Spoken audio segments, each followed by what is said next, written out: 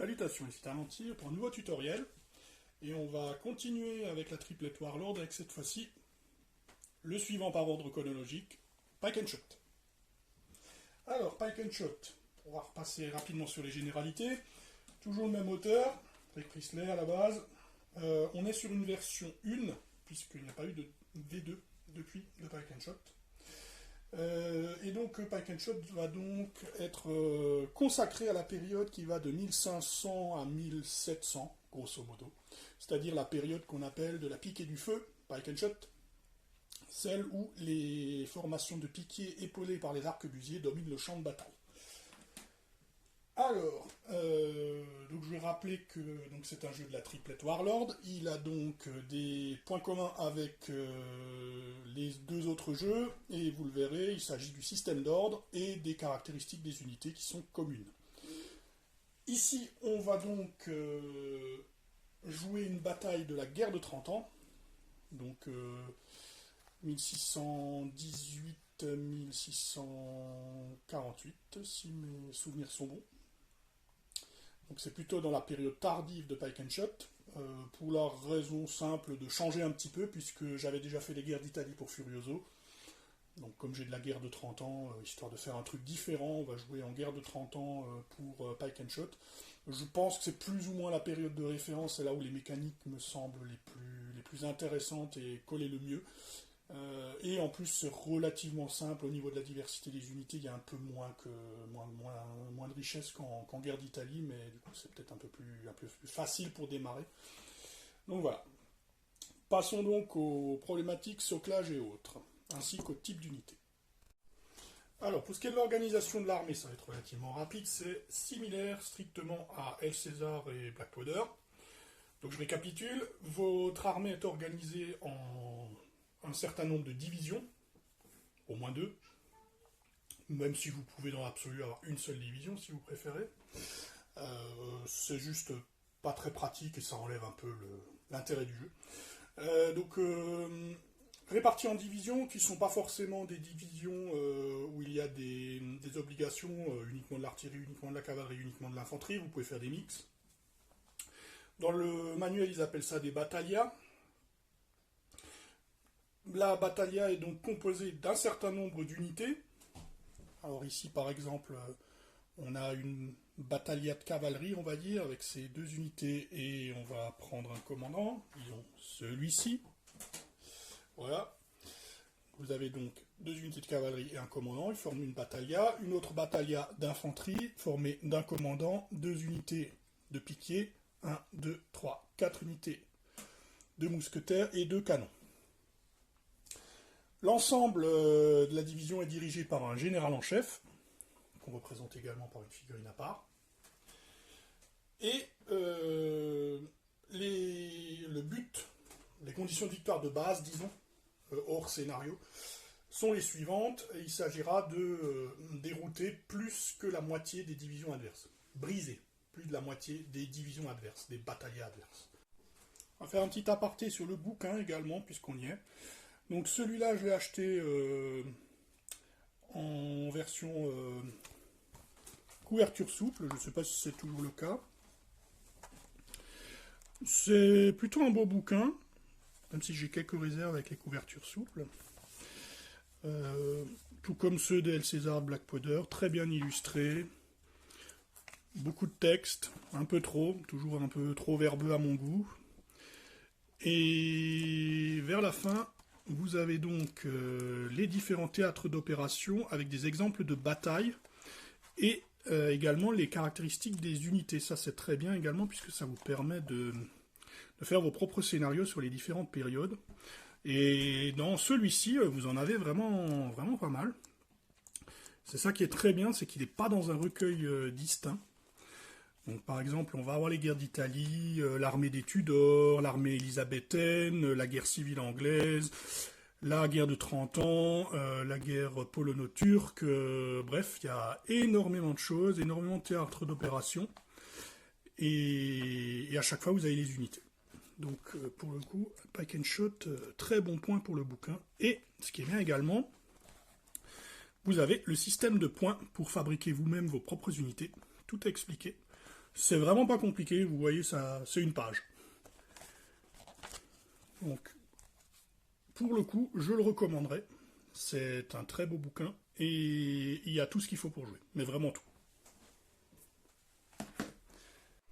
Passons au soclage. Alors, Pike and Shot a un soclage similaire aux deux autres. Par contre, il a quelques subtilités qui en font, à mon avis, le meilleur des trois, je pense, pour les débutants qui veulent économiser de la figurine. Je m'explique. On avait vu à El César, le standard pour une unité, c'était 4 socles, 16 figurines, en ligne, et ça c'était donc le basique. Là, à Pike and Shot, si on prend par exemple les lignes de bataille, ici, ce qui est recommandé, c'est en termes de largeur d'unité, exactement la même chose. Par contre, en termes de figurines, il est en dessous des deux autres. Le pire étant Black Powder, qui est très très figurinivore. Mais pour le coup, Pike and Shot, il est vraiment bien. Par exemple, la taille standard pour donc, les unités en Battle Line, la fourchette, elle est 8 à 20 figurines, qui doivent être sur des socles, répartis sur des socles qui doivent faire un standard de 80 à 200 mm. Donc là, par exemple, finalement, ça prend pas beaucoup de figurines pour avoir une unité parfaitement valable avec le standard.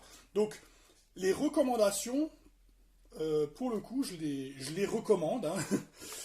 Elles sont très bien. C'est vraiment débutant friendly à ce niveau-là et je trouve ça bien. Pour les blocs de piquier, pareil, ils recommandent 12 à 25 figurines. Donc vous pouvez faire 25 si vous avez les moyens, mais vous pouvez vous contenter de 12. Là, par exemple, j'ai 12. Répartis en 4 socles, histoire d'avoir la largeur qui est demandée. La largeur, c'est donc les 80 mm, puisque vous répartissez sur 80 x 80. Je fais simplement un socle avec 4 figurines, un deuxième socle avec 4 figurines au premier rang, et les deux rangs arrière, je fais 2 figurines. Ça fait 12. On est dans le standard, et mine de rien, ben, les unités sont faciles à monter, et on peut jouer rapidement. Donc, c'est vraiment c'est vraiment très bien.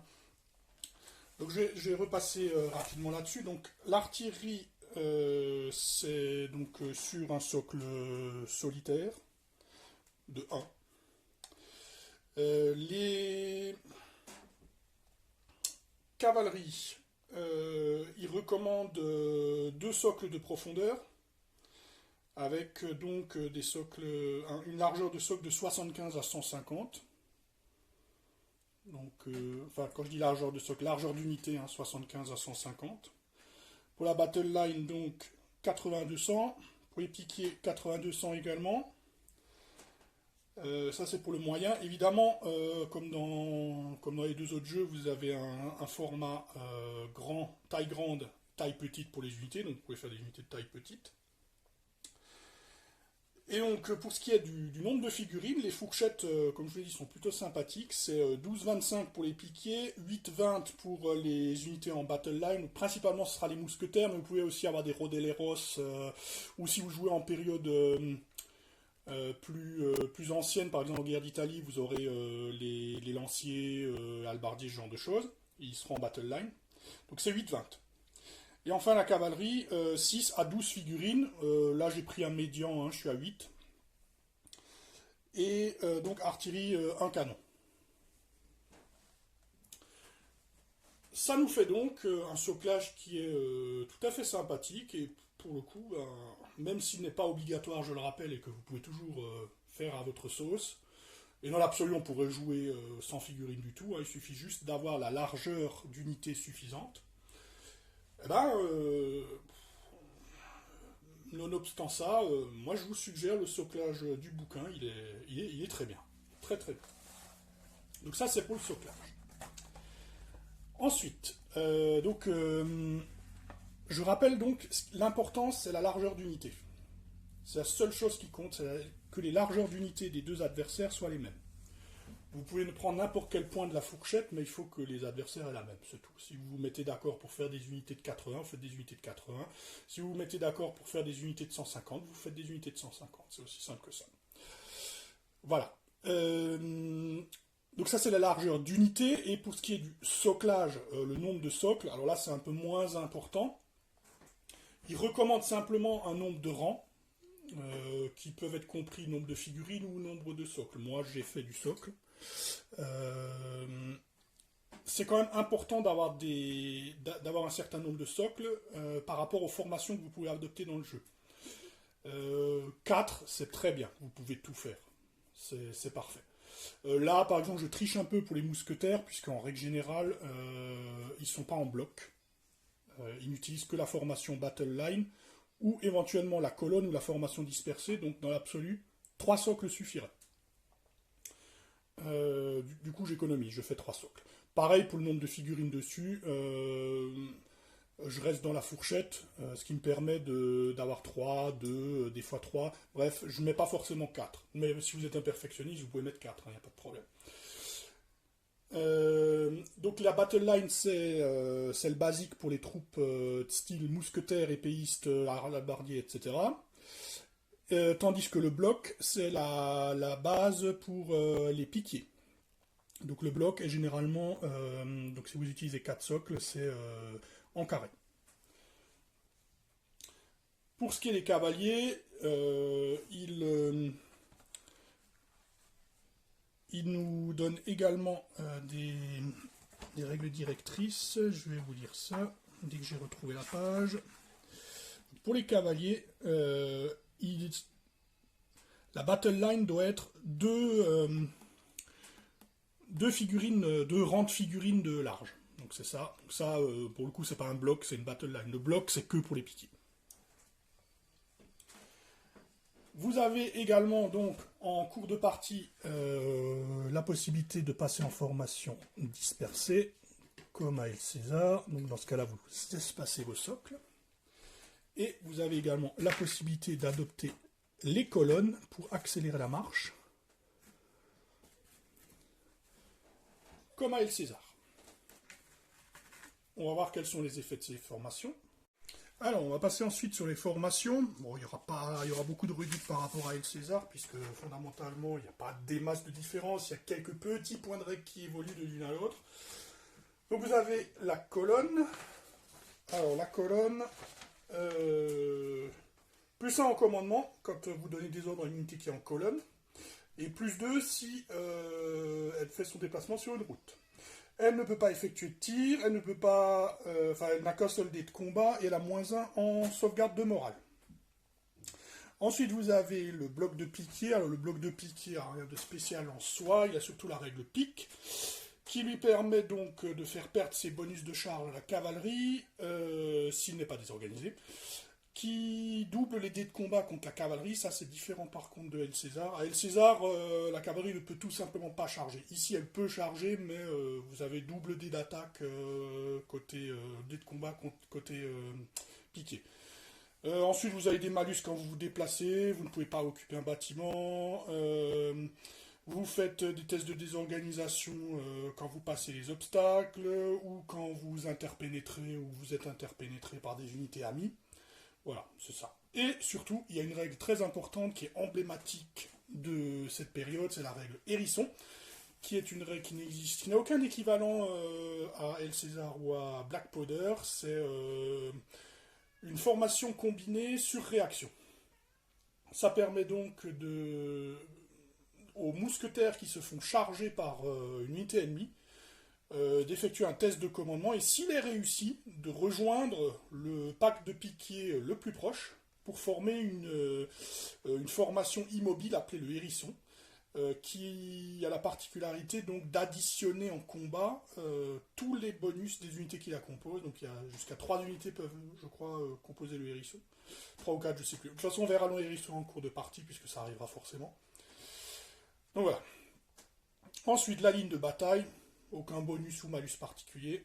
De même pour les warbands, puisque la warband est la ligne de bataille obligatoire, est l'équivalent de la ligne de bataille, la formation par défaut obligatoire pour les unités qui ont cette règle. Et enfin, la formation dispersée, donc, qui permet de traverser la plupart des terrains difficiles avec ou aucun ou moins de malus. Vous avez -1 pour toucher les cibles dispersées. Elle peut utiliser la réaction évasion, donc l'infanterie dispersée peut échapper à l'infanterie formée, et la cavalerie dispersée peut échapper à la cavalerie formée et à toutes les infanteries. Vous avez également une vision à 360 degrés avec la formation dispersée pour votre tir. Voilà. Donc c'est tout pour ce qui est des formations, mais c'est bon de le rappeler. Du coup, allons-y pour la partie. Bon, on va attaquer la partie. Voyons voir qui va commencer. On va mettre les catholiques en rouge, les protestants en blanc. Catholiques qui ont fait 6, protestants 4, les catholiques vont commencer. Du coup, on va passer de ce côté-ci. Donc pour la séquence de jeu, c'est relativement similaire à El César. La séquence d'ordre est identique, avec quelques petites subtilités près. Un petit point sur les mouvements. Donc l'artillerie moyenne, sachant que l'artillerie lourde, où les hérissons ne peuvent pas bouger. L'artillerie moyenne peut être poussée à bras de 3 pouces. L'infanterie, l'artillerie légère, les bagages, chariots, etc. se déplacent à 6 pouces. Cavalerie et dragons à 9 pouces. Cavalerie légère à 12 pouces. Commandant à pied 18 pouces. À cheval 27 pouces. Honnêtement, on n'a jamais fait le distinguo dans nos parties. On prend toujours le commandant sur cheval, même si la figurine est à pied, parce que bon, je ne vois pas l'intérêt d'avoir séparé les deux. Voilà, donc on va commencer par la séquence d'ordre côté catholique. Commençons par la battaglia d'infanterie qui se trouve là. Le commandant est ici. Et cette battaglia se compose de piquiers, des 2 unités de mousquetaires, ainsi que d'un canon moyen que j'ai rassemblé sur la colline avec l'autre. On va donc se contenter de déplacer ces 2 unités. Pour ce faire, c'est comme à El César, vous prenez votre commandant, en l'occurrence ce sera lui. Vous mesurez à partir de sa tête dans un rayon de 12 pouces. Tout le monde est à 12 pouces, donc pas de malus. Au-delà des 12 pouces, vous avez un malus par tranche complète de 12 pouces supplémentaires, un malus de -1. Il a une valeur de commandement qui est 8. Vous faites un test sur 2d6. Il faut faire en dessous, donc pour réussir le test. Chaque cran de réussite peut améliorer le nombre de mouvements que l'unité va recevoir. Si vous réussissez, comme d'habitude, pile poil ou un cran en dessous, c'est un mouvement. Si vous faites 2 crans en dessous, 2 mouvements. 3 crans en dessous ou plus, 3 mouvements. Si vous faites au-dessus, l'ordre est échoué et le commandant ne peut plus lancer d'ordre. Si vous faites double 6, vous avez un fiasco. Tout pareil qu'à El César. Évidemment, les ordres sont formulés de la même manière, ils doivent être clairs, non conditionnels, et ils peuvent être soit donnés individuellement à une unité, une par une, ou groupés. Les conditions pour le groupage des ordres sont les mêmes que pour El César. Les unités doivent être à 6 pouces d'au moins une autre unité du groupe, et doivent le rester à la fin de l'ordre. Ici, je vais donc lancer l'ordre suivant, à savoir déplacer ces unités de manière à arriver ici à portée de tir. Les portées de tir, c'est 18 pouces. Donc il faut se mettre à 18 pouces pour pouvoir tirer. Donc je peux leur donner l'ordre de se mettre à pile 18 pouces pour entamer un duel de tir avec l'ennemi. On va essayer de faire ça. Se mettre à 18 pouces de l'ensemble des unités ennemies. Ce qui va m'amener... on pourrait s'approcher peut-être un peu plus près. On va se mettre là, à la limite. Allez, c'est parti. J'ai fait 3. On est au-delà des 3 crans de réussite. Donc j'ai droit à 3 mouvements. Je peux largement exécuter mon ordre. Mais mon infanterie, que ce soit les piquiers ou les mousquetaires, ont un mouvement de 6 pouces. Ils peuvent donc aller jusqu'à 3 x 6, 18 pouces, qui suffit largement pour amener même l'unité la plus éloignée à l'endroit désiré.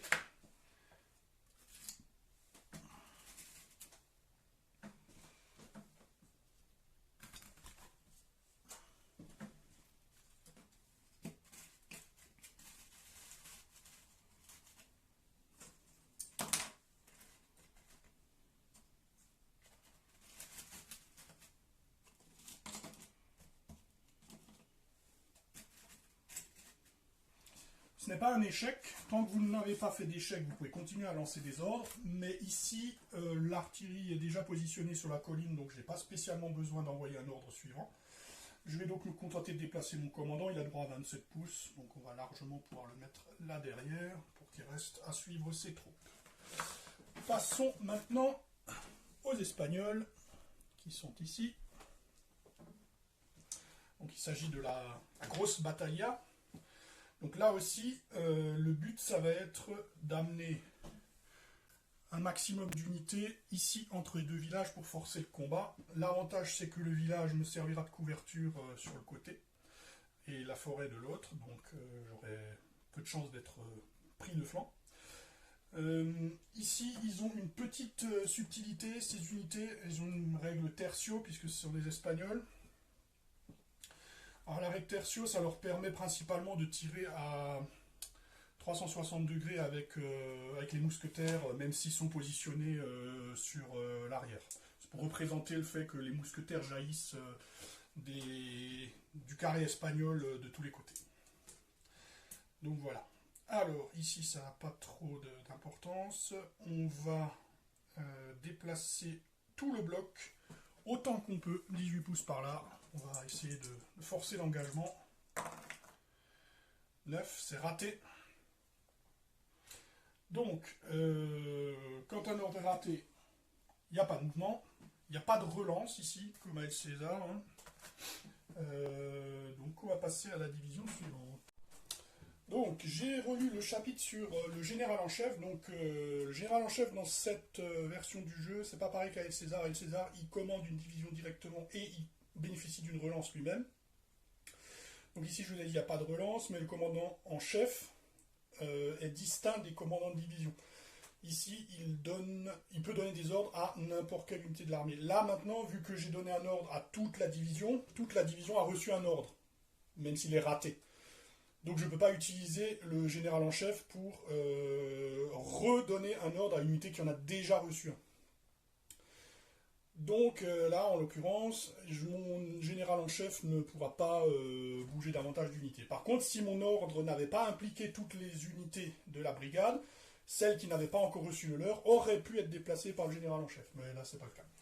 On va passer à la cavalerie. La cavalerie. Donc la cavalerie, on va la mettre... là, on va être peut-être un peu plus prudent vu que l'ennemi dispose de davantage de cuirassiers. Ce qu'on va peut-être faire, c'est simplement menacer ici, mais on va avancer juste d'un mouvement. On va se mettre genre ici. 6, commandement 8, donc ça fait 2 mouvements. On arrive largement où on veut être.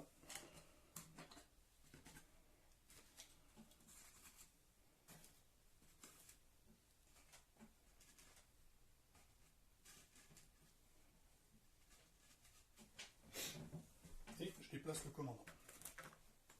Côté catholique, c'est fini. On va passer à la phase de tir. Commençons par les canons.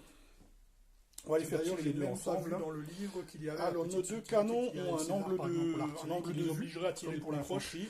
Lorsque il y a une unité à moins de 12 normalement au canon. Précision, donc a priori l'artillerie peut tirer sur qui elle veut. Pour tirer avec un canon, vous devez cibler la cible de votre choix. Les canons n'ont pas la restriction de devoir tirer sur la cible la plus proche. Étant précisé tout de même qu'elle ne peut pas tirer à travers les trous de souris de moins de 3 pouces. Donc par exemple, là, entre les deux maisons, je pourrais, parce qu'il y a plus que 3 pouces. Mais sinon, je ne pourrais pas. Et je subis bien sûr les malus de -1 pour tirer sur les tirailleurs, les unités à couvert ou ce genre de choses. Hein, ça ne change rien. L'artillerie peut également tirer par-dessus les unités adverses, si elle a la possibilité de les voir, à condition, tout comme à El César d'ailleurs, qu'il y ait 6 pouces de libre avant la cible et devant le canon. Donc c'est la restriction. Ici, on va faire tirer nos 2 pièces, comme pour la plupart des pièces d'artillerie que vous allez voir à Bolt Action, à Black Powder ou à Pike and Shot, elles ont 3 valeurs de tir. 3 de 1 la plupart du temps. C'est le nombre de dés qu'elle utilise à courte portée, moyenne portée et longue portée. La courte portée, c'est 6 pouces, si je ne dis pas de bêtises. Oui, c'est jusqu'à 6 pouces. Donc de 0 à 6 pouces, vous êtes à courte portée, vous utilisez les 3 dés. Ça représente la mitraille, en fait. Jusqu'à 12 pouces, non, pardon, jusqu'à la moitié de la portée de l'arme, c'est pas tout à fait pareil, donc 18 pouces ici, vu que ce sont des canons à 36 pouces, c'est la moyenne portée, vous utilisez 2 dés, et au-delà de la mi-portée, c'est la longue portée, vous utilisez alors 1 dé. Là, je vais faire feu sur des ennemis qui sont de toute façon toujours à longue portée. Je vais essayer de shooter le pack de piquet là-bas derrière. Donc je vais faire tirer mes 2 canons. Ils tireront à longue portée. Ils auront donc 1 dé chacun. Ça fait 2 dés en tout. Il y a une petite subtilité également à Pike and Shot pour représenter le fait que l'artillerie n'est pas très fiable à cette époque-là. Si vous obtenez plus 2 résultats de 1 ou plus lors de vos tirs, le canon est non pas détruit, mais inutilisable jusqu'au reste de la bataille. Il n'est pas compté comme détruit, hein, je précise. Ça veut donc dire que quand vous tirez à longue portée, il n'y a aucune chance que ça se produise, puisque par définition, vous n'avez qu'un seul dé. Donc là, on va tirer à longue portée sur le pack de piquet. Lorsque vous tirez à longue portée, vous déduisez 1 à votre jet de tir. Donc le succès de base d'un tir, c'est 4+. Moins 1, ici, ce sera 5+. L'unité ennemie n'est pas à couvert, donc ça sera juste 5+. Allons-y. Donc là, j'ai touché. Alors si vous avez vu la vidéo sur El César, dans les règles de tir d'El César, lorsque vous obtenez un 6, vous faisiez faire un test de morale à l'adversaire. Ici, c'est pas du tout ce qui se produit. Pike and Shot et Black Powder, eux, ont un autre système. Quand vous obtenez un 6 pour toucher, en tir, vous désorganisez l'unité adverse. Ce qui peut être très utile, puisque je rappelle que l'état désorganisé signifie que l'unité ne pourra pas recevoir d'ordre et donc pas se déplacer. Donc là, de toute façon, déjà, j'empêche mon adversaire de se déplacer, puisque je viens de lui mettre un petit 6. Le tir a causé la désorganisation dans ses rangs, donc ça c'est très bien. Et donc on va pouvoir faire sa sauvegarde de morale. Les sauvegardes de morale, c'est des sauvegardes d'armure plus ou moins, mais ça ne représente pas uniquement l'armure. Ici, la sauvegarde de morale des piquets est de 4+. Néanmoins, comme ils ont été touchés par une artillerie légère ou moyenne, ça inflige un malus de -2. Donc ce sera une sauvegarde à 6+ pour sauver la blessure. C'est un 5, c'est raté. Donc je mets une blessure sur le pack de piquet et il est désorganisé en plus. Très bonne opération. Passons à nos mousquetaires ici. Donc les 2 unités de mousquetaires là vont faire feu. Ici, c'est différent de l'artillerie, ils sont obligés de tirer l'unité la plus proche. L'unité la plus proche, ce sera les piquets qui sont un peu en avant. Donc les 2 unités vont faire feu sur les piquets qui sont là. Elles disposent d'une valeur de tir qui représente le nombre de dés que vous allez lancer, comme pour l'artillerie. Par contre, il n'y a qu'une seule valeur, hein. Vous n'avez pas 3, 2, 1 comme l'artillerie. Donc ici, c'est juste une valeur fixe qui est de 2. C'est-à-dire que chaque unité lance 2 dés.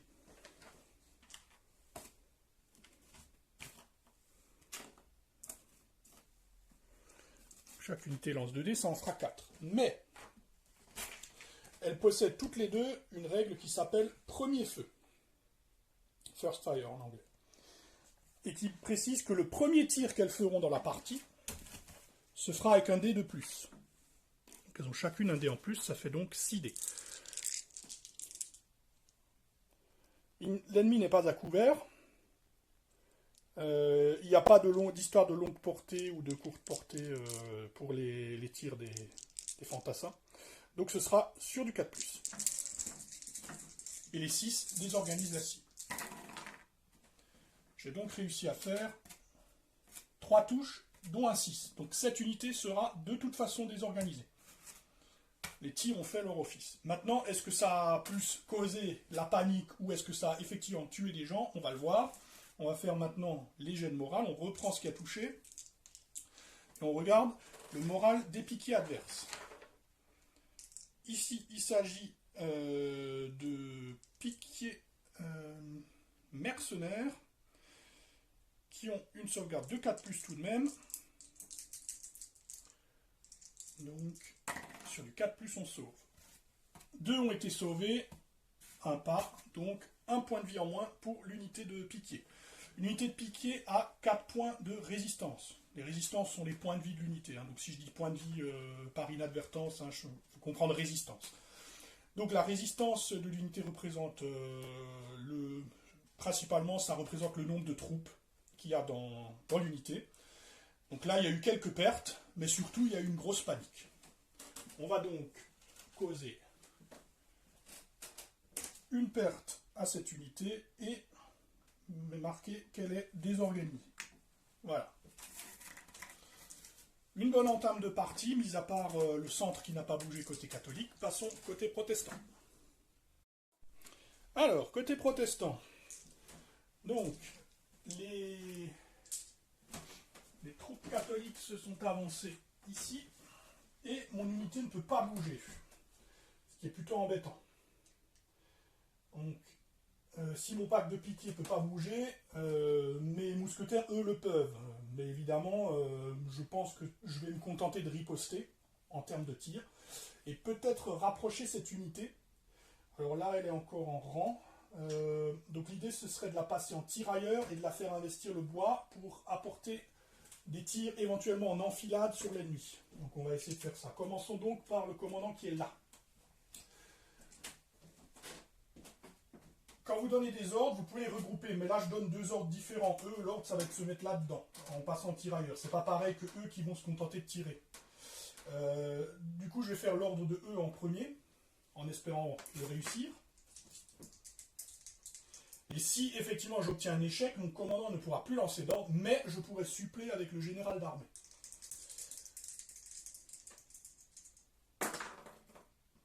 Donc j'ai fait... On va dire que c'est cassé. 7, ça donne un mouvement. Donc mon unité va passer en tirailleur, ce qui ne m'arrange pas trop parce que là, elle va peut-être gêner mon canon, il faudra que je vois. Il faut maintenant que je déplace mes mousquetaires de façon à se mettre à portée de tir de l'ennemi. Donc pour ça, j'ai pas grand chose à faire, il suffit juste que j'arrive à la hauteur du pack de piquet.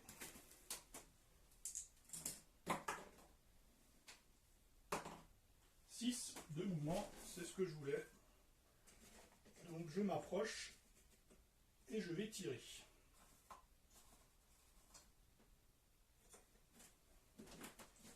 Ok, ça nous fait donc plusieurs ordres réussis. Il nous reste encore toute cette partie-là. Malheureusement, le pack de piquet ne peut pas bouger.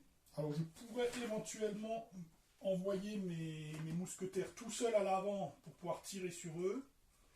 Ce serait peut-être pas idiot, parce que même s'il obtient 3 mouvements, les piquets étant en retrait, ils ne pourront pas me toucher. Donc on va faire ça. L'ordre va être d'envoyer les 2 packs de mousquetaires ici à portée de tir des mousquetaires adverses, espagnols là-bas. Je vérifie que je suis à 12 pouces pour les 2 unités. Ce n'est pas le cas. Cette unité n'est pas à 12 pouces. Il y aura donc un malus de -1.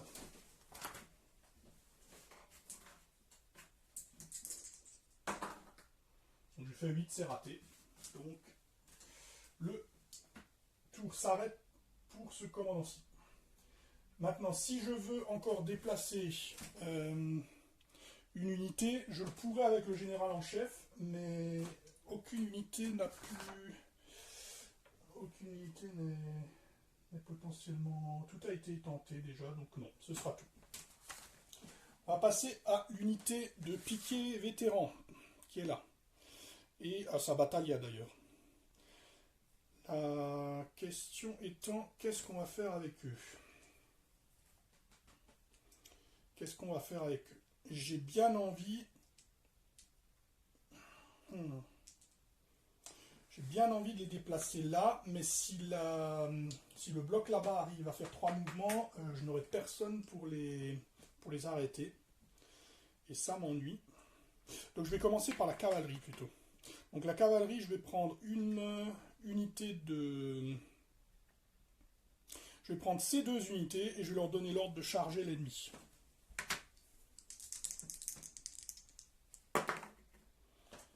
Huit points, donc ça fait un mouvement. Mais je dis peut-être des bêtises parce que les commandants protestants dans cette liste ont un point de commandement en moins. Effectivement, c'est raté. Pas d'autre ordre.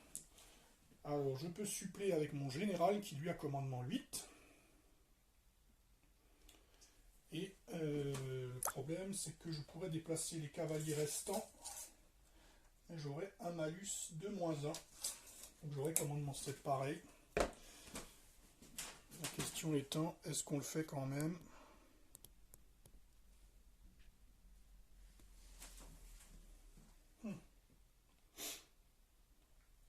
Non, je vais revenir à la première option, je vais déplacer mon bloc ici, donc on va passer à cette division-là, et on ne va pas déplacer le reste. 9, c'est raté. Bon, bah. C'est donc à moi de tirer. Nous avons donc nos arquebusiers, enfin nos mousquetaires ici, qui vont tirer sur les cibles les plus proches. Eux, ce sera eux. Et eux, ce sera... Alors, il y a équidistance entre les piquiers et les mousquetaires. Je décide que je vais shooter les piquiers. Je commence avec eux. J'ai 2 dés. En tir, plus premier feu. Pas de malus, donc 4 plus. Je touche 2 fois, mais il n'y a pas de 6. Les mousquetaires espagnols ont une sauvegarde de 4 plus. Alors, on va repasser côté catholique. On va essayer de reprendre l'initiative au milieu, en tout cas. Donc, commençons par la division qui se trouve au milieu, à savoir le tertio, là. On va leur donner le même ordre, parce que le but, ça va être d'avancer. Allez, même ordre. Et c'est encore raté. Décidément. Bon. Passons aux autres coins. Donc la cavalerie qui est ici. Pas vraiment sûr qu'on ait envie de déclencher un combat. On va rien faire ici. Et donc de ce coin-là, on va... je pense qu'on va tout simplement lancer l'attaque.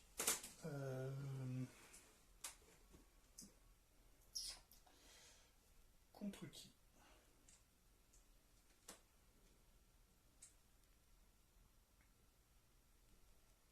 On va lancer l'attaque des piquiers contre les mousquetaires qui sont là. Raté. Bon, personne ne bouge, donc on va continuer à tirer. On va pouvoir enchaîner là. On était à portée. On l'est toujours. Cette unité tire sur l'unité la plus proche. C'est soit eux, soit eux. Je décide que ce sera les piquiers.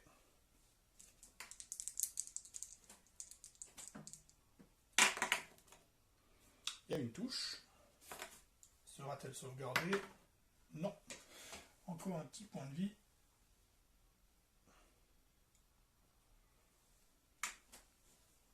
Cette unité, l'unité la plus proche, ce sera eux. Il y a une touche aussi.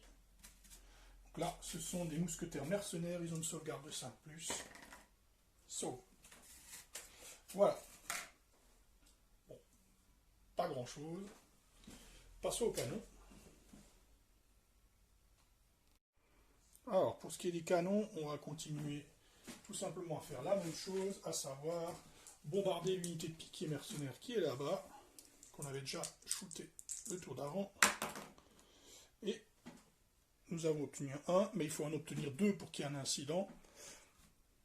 Donc, sachant que c'est un dé par canon. Parce qu'on tire à longue portée, on n'a qu'un dé.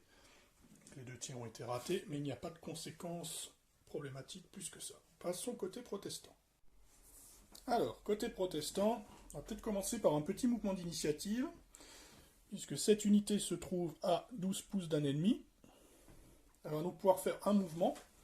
On va prendre un mouvement pour éviter de risquer quoi que ce soit, et on va se contenter de se rapprocher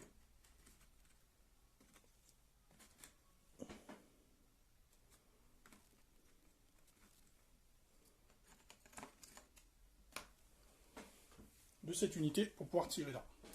Assurer un maximum. De plus, ça permettra au canon qui est là de tirer également. Alors, est-ce qu'il pourra tirer sans malus? Oui. Alors, lorsque vous avez un petit périmètre entre 2 unités amies dans le jeu, il faut qu'il y ait au moins 3 pouces pour pouvoir tirer sur une unité adverse. Sans malus. Donc, du coup, ici, c'est le cas. Ce sera tout pour les mouvements d'initiative. On va enchaîner avec cette division mercenaire. L'unité de piquet ayant déjà pris 2 pertes, nous allons envoyer notre petit commandant qui est là, donner simplement un ordre ralliement à cette unité. Donc l'ordre ralliement ne peut être lancé que sur une unité qui a au moins 2 pertes, et permet de récupérer un point de vie. Par contre, tout comme à El César, les ordres spéciaux nécessitent que le commandant soit à 12 pas.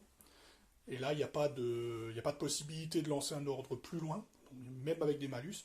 Là, c'est un ordre strict qui est sur 12 pas. Et qui oblige à rentrer dans l'unité. Là, c'est exactement ce qu'on va faire. On va faire un test de commandement. Il n'y a pas de degré de réussite, il faut juste le réussir. J'ai fait 8, tout pile, c'est bon. Nous pouvons enlever une perte à ce régiment. Et voilà, ceci est fait. Donc, les ordres spéciaux, vous en avez 2. Ralliement, donc, qui permet de rendre un point de vie. Vous avez également Suivez-moi, qui nécessite également d'être à 12 pouces et fait également rentrer votre commandant dans le régiment. Et qui, si vous le réussissez, donnera automatiquement 3 mouvements à votre unité. Dans les 2 cas, les ordres spéciaux sont les derniers ordres que le commandant va pouvoir donner, puisqu'il va rentrer dans une unité. Donc, si vous voulez faire d'autres ordres dans la division, il faut les faire avant. Si, comme ici, vous ne vouliez pas bouger d'autres unités, vous pouvez tout de suite le faire. Ça dépend. Mais c'est important de savoir que si vous le faites, ce sera le dernier. Vous ne pourrez plus continuer à utiliser ce commandant. Donc là, ici, c'est terminé. Évidemment, je pourrais toujours utiliser mon général éventuellement, si jamais il y avait besoin. Dans certaines circonstances, ça peut se comprendre. Voilà. Passons ici. Donc là, vu que je vois que ça bouge pas en face en raison du fait que les protestants ici aient plus de cuirassés, on va peut-être essayer de forcer un combat. La question étant, est-ce que nos unités sont à portée de charge? Oui, si j'obtiens 3 mouvements. Plusieurs possibilités. Soit je veux être sûr de provoquer au moins un combat. Dans ce cas-là, le mieux à faire, c'est de prendre le commandant et de faire l'ordre Suivez-moi dont je vous ai parlé précédemment. Maintenant, ça voudra dire que votre unité, elle sera isolée là-bas et que les autres ne pourront pas recevoir d'ordre. Ou alors, il faut leur donner des ordres avant, mais dans ce cas-là, autant grouper les ordres et essayer de faire une charge générale. C'est ce que je vais essayer de faire. Je vais donc donner l'ordre à ces 2 unités de charger celle-là, et à celle-là de charger ici, en prenant cette route et cette route. Ce sont 2 ordres différents, donc je vais les faire l'un après l'autre. Je vais commencer par celui-là qui est un peu plus... qui peut potentiellement être plus utile. Donc on va tenter une charge avec ces 2-là.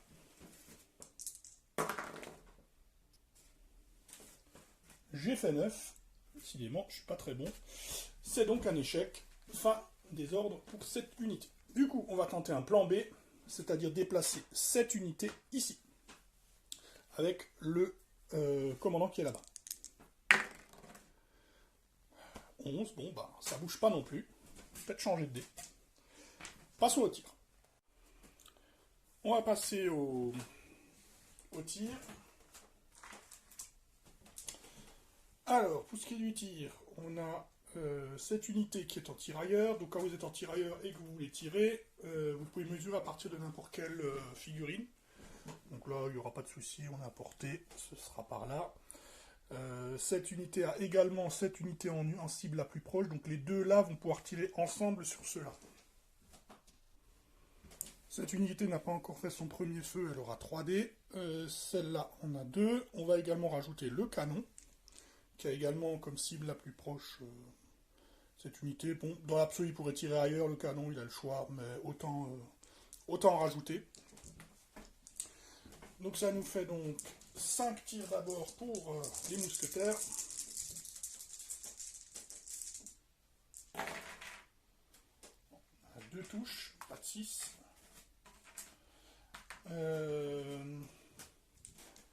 Ces mousquetaires sont mercenaires également, il me semble. Non, ils sont espagnols, donc 4+. C'est un qui est sauvé, ils prennent encore une perte.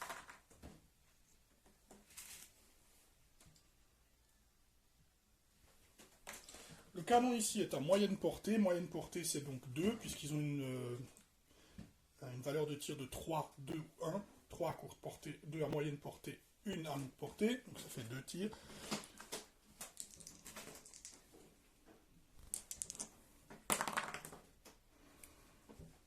Donc ça fait une touche. Je rappelle que ça impose un malus de -2 en morale. Donc c'est du 6. Non. Encore une blessure. L'unité de mousquetaire en est à 3 pertes. Et elle dispose de seulement 3 points de résistance. Elle a donc atteint son maximum de résistance. Lorsque vous atteignez votre maximum de résistance, votre unité n'est pas automatiquement détruite, elle est ébranlée. Lorsqu'une unité est ébranlée, elle ne peut pas déclarer de charge, elle a -1 au toucher, au tir et au corps à corps. Et ici donc, l'unité est ébranlée. Néanmoins, elle n'aura testé que si elle subit des pertes supérieures à sa résistance. Donc là, on est pile dessus. Il n'est donc pas nécessaire de tester. C'est donc différent de Hail César. Hail César, c'est dès que vous étiez ébranlé par un tir, vous deviez tester. Ici, il faut mettre des blessures en plus. C'est pas le cas. On repasse côté catholique et on va essayer peut-être de débloquer cette situation un peu compliquée. Donc, même chose, bouger, mais là, on va dire maximum. 7, fait un mouvement, au moins ça bouge.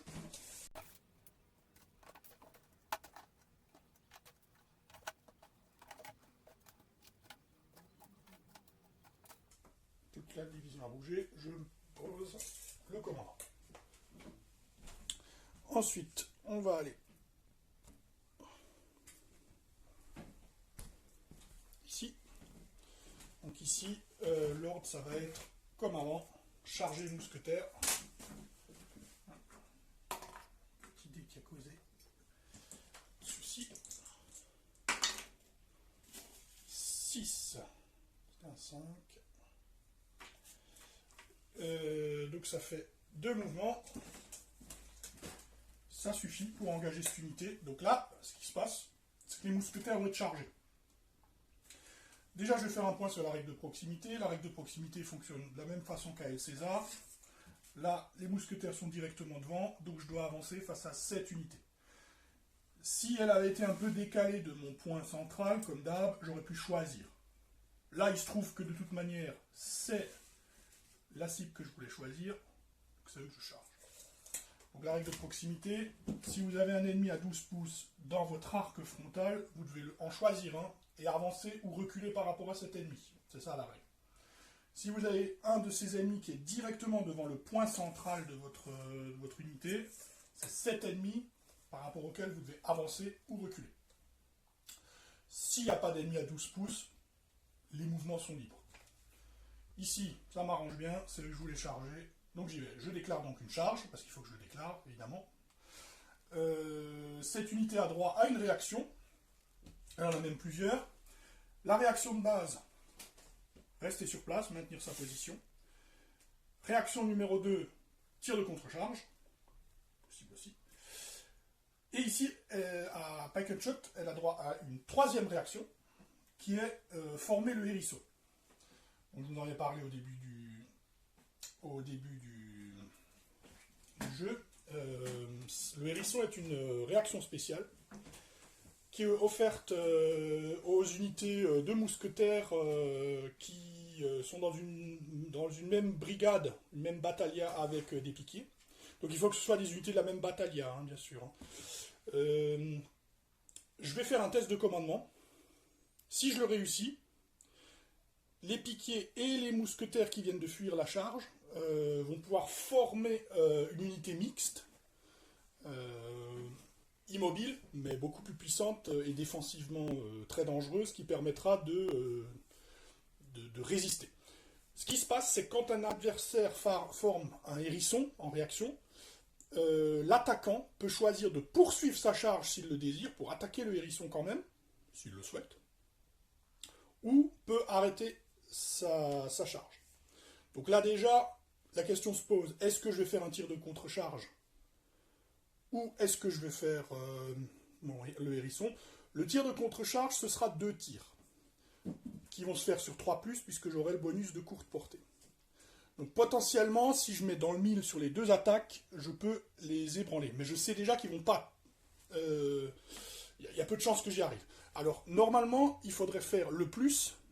Il faudrait faire plus que la résistance pour le faire tester, mais pour le tir de contre-charge, pile poil la résistance, ça suffit.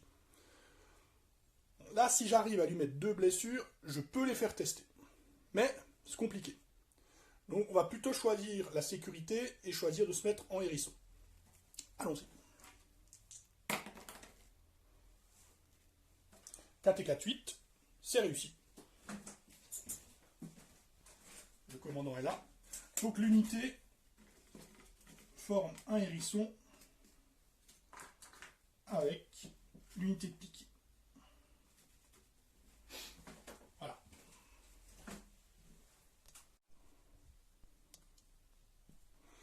Donc là, ce qui se passe, c'est que le hérisson a été formé. Ici.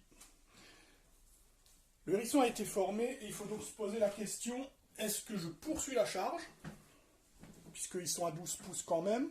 Le hérisson était à 12 pouces, donc je peux poursuivre ma charge. Et lorsqu'une unité réussit à former un hérisson, l'attaquant donc peut continuer ou pas sa charge. Si je charge le hérisson, le combat va s'engager en mêlée, mais le hérisson est relativement solide. Donc on va déjà faire un point sur ce que fait le hérisson. Alors le hérisson est immobile, c'est une formation combinée qui n'a ni flanc ni arrière, donc pas de bonus de flanc, ou plutôt de malus de flanc pour les hérissons, puisqu'ils n'en ont pas. Toutes les unités qui sont dans le hérisson ont leur valeur de tir qui est réduite à 1. Par contre, leur valeur de combat deviendra la somme combinée de toutes les composantes. Ce qui veut dire que là, il faudra additionner les valeurs de combat des piquiers et des mousquetaires. Nos piquiers mercenaires ont 6 dés de combat, les mousquetaires en ont 4, ça veut dire qu'ensemble ils ont 10 dés de combat, opposés à mes 6 ici si j'attaque. Donc ça se discute. Ils ont également un bonus de plus 3 si je suis de la cavalerie, bon c'est pas le cas ici. Par contre le hérisson ne peut pas bénéficier de soutien en mêlée, ça c'est une bonne chose. Et la cavalerie qui charge un hérisson perd tous ses bonus de charge, comme c'est chargé des piquiers standards d'ailleurs. Et en plus de ça, si j'étais de la cavalerie, la composante piqué du hérisson doublerait également ses dés de combat. Ça voudrait dire que si j'étais une cavalerie, il aurait 10, 6, 6, 12, il aurait 16 dés. Donc là, ça commence à chiffrer. Et en plus, le hérisson étant une formation très défensive, tous les résultats de repli que vous obtenez sur les tests de morale sont transformés en maintenir sa position. Donc c'est une formation défensive très puissante. Par contre, ça veut également dire que là, maintenant, ils sont bloqués. C'est-à-dire que là, ils ne bougent pas. Alors, on peut bloquer une unité en hérisson quand on est de la cavalerie, puisqu'il faut imaginer à l'époque que les cavaliers tournent autour des hérissons, en généralement déchargeant leurs pistolets, et les fantassins se contentent de rester dans le hérisson avec les mousquetaires qui en sortent périodiquement pour tirer sur les cavaliers. Et donc souvent, les unités restent en hérisson, contraintes et forcées, lorsque la cavalerie a 6 pouces. Pour représenter ça, donc, tant qu'il y a une cavalerie à 6 pouces, les unités en hérisson ne peuvent pas changer de formation. Là, j'ai pas de cavalerie ici, donc je ne pourrais pas le forcer à rester en hérisson. Je peux tenter le combat. Je n'ai que 6 dés, mais j'ai un bonus de charge. Ça peut se tenter. Ça peut se tenter. C'est un peu présomptueux quand même, puisque bon, je pars avec un déficit, mais on va dire que pour les besoins de la vidéo, on va poursuivre sa charge. Allez, on lance le combat contre le hérisson. Donc les Espagnols engagent le hérisson mercenaire. Voilà. Cet ordre a été réussi, je peux continuer. Donc là, ce qui peut être intéressant, c'est de soutenir mon unité pour essayer de limiter la casse en cas de défaite au combat. Parce que moi, je peux recevoir des soutiens, vu que je ne suis pas en hérisson, mais le hérisson, lui, ne peut pas en recevoir. Donc on peut essayer de compenser, avec des bonus fixes au résultat de combat, un éventuel déficit, le déficit en dés d'attaque. Donc ce qu'on va faire, c'est qu'on va ordonner aux 2 unités qui sont là de se placer de se placer côte à côte ici. Comme ça, elles pourront tirer sur les 2 unités qui ne sont pas engagées, tout en apportant un soutien arrière et latéral à cette unité-là. Quoique le latéral, ça me semble un peu compliqué. Il faudrait que je puisse aller dans cet arc. Oh non, c'est faisable. Allez.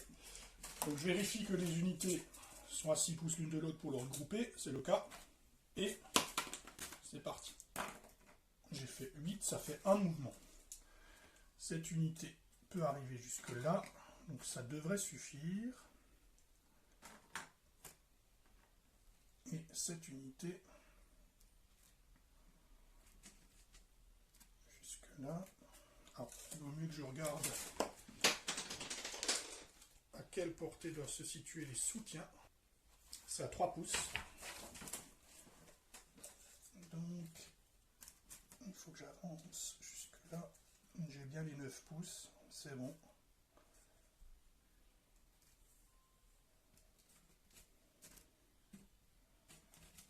Je vais même me permettre de les tourner. Et eux, ils sont à 3 pouces, donc c'est bon. Et on va bien symboliser qu'on va tirer autant que possible sur l'ennemi.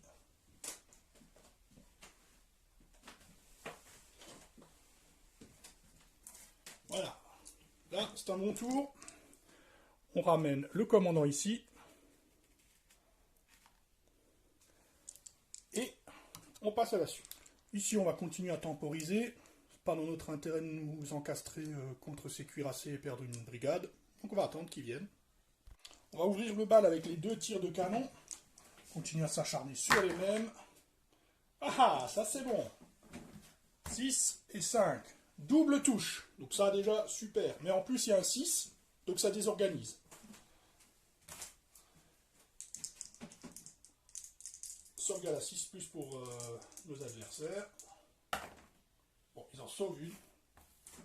Mais ils prennent un dégât.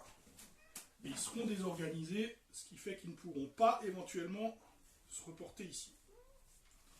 Cette unité est bloquée. Notre artillerie a fait le boulot. Maintenant, nous allons attaquer ici. Là aussi, nous avons des tirs. Commençons par cette unité-ci. Elle doit choisir.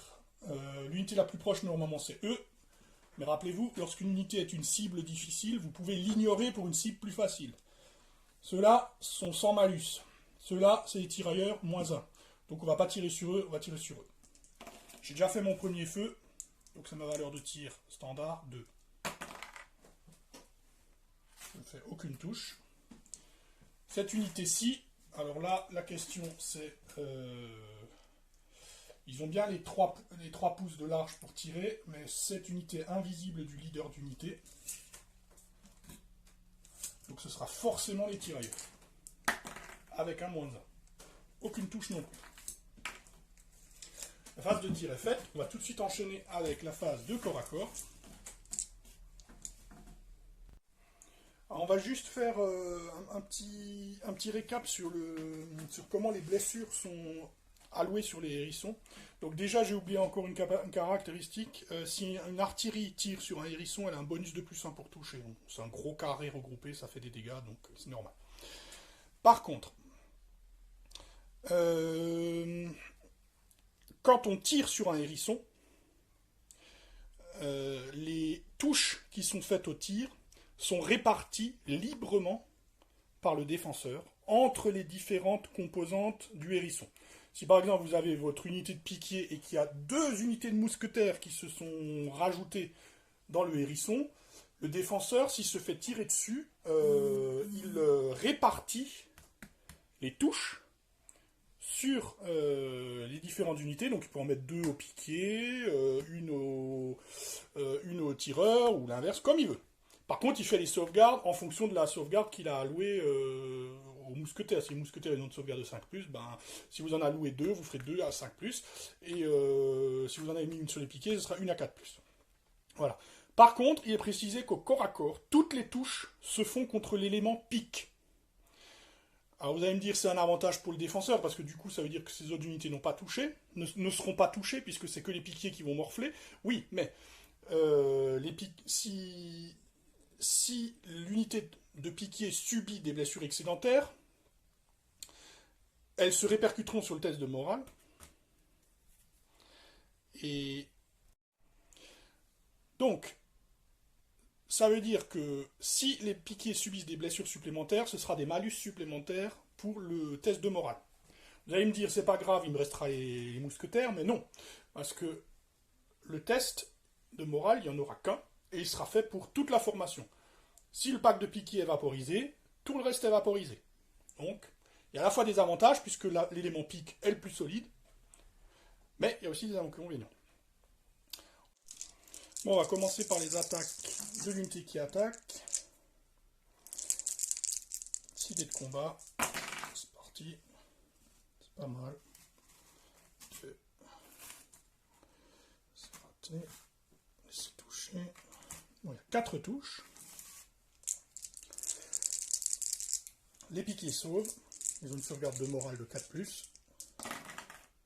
Bon, ils ont presque tout sauvé, ils n'en ont raté qu'une. C'est très bien.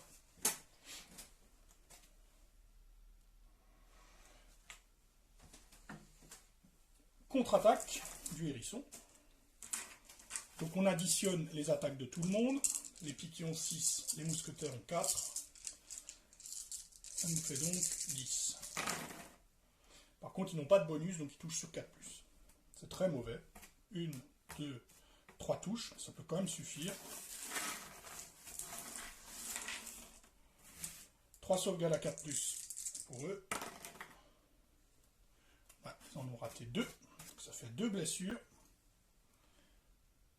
2 points de résistance en moins. Tac, tac. On est à 3.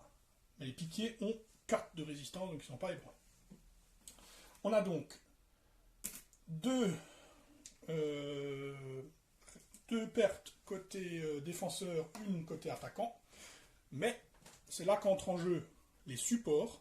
Alors les supports fonctionnent, enfin les soutiens, fonctionnent différemment de L César. L César, pour être en soutien, il faut toucher l'unité attaquante, et ça apportait des attaques supplémentaires en fonction de la valeur de courte portée de l'unité. Donc si votre unité elle avait 2 en courte portée, eh ben, si elle faisait un support, elle apportait 2 dés à l'unité attaquante. Donc une unité attaquante qui avait 6 dés, eh ben, elle en avait 8 avec le support. Enfin, non, il y avait 6 attaques Et ensuite, on faisait 2 attaques à part pour le support. Mais c'était des attaques. Ici, à Pike Headshots et à Black Powder, du coup, c'est différent. Le soutien se fait à distance de 3 pouces et apporte un bonus au résultat de combat. Donc pour déterminer qui va gagner le combat, qui va tester. Là, j'ai bien mes 2 supports. Avec ma perte, ça fait 3. Eux, ils ont 2. N'oubliez pas, les hérissons ne peuvent pas recevoir de soutien. Donc, cette unité ne pourrait pas soutenir. Si l'unité n'était pas en hérisson, elle pourrait avoir le soutien de cette unité. C'est pas le cas. Donc ça fait 2 contre 3. C'est donc finalement quand même une victoire de l'attaquant. Et c'est donc le défenseur qui va tester. Le défenseur a pris 2 blessures. La 4 en résistance, donc, n'est pas ébranlée. Il n'y a donc pas de blessure excédentaire, il n'y aura pas de malus au test. Alors les malus au test sont les suivants. 1 point par tranche de pertes excédentaires qui ont été subies. Donc ici, il n'y en a pas. Et moins 1 supplémentaire si vous êtes désorganisé. Alors désorganisé, c'est déjà moins 1 au toucher, moins 1 au tir, et vous empêche de faire des ordres.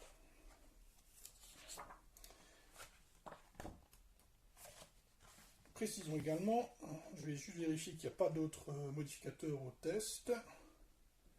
Oui, encore moins 1 si une des pertes a été subie par un tir d'artillerie, donc ça c'est que au tir.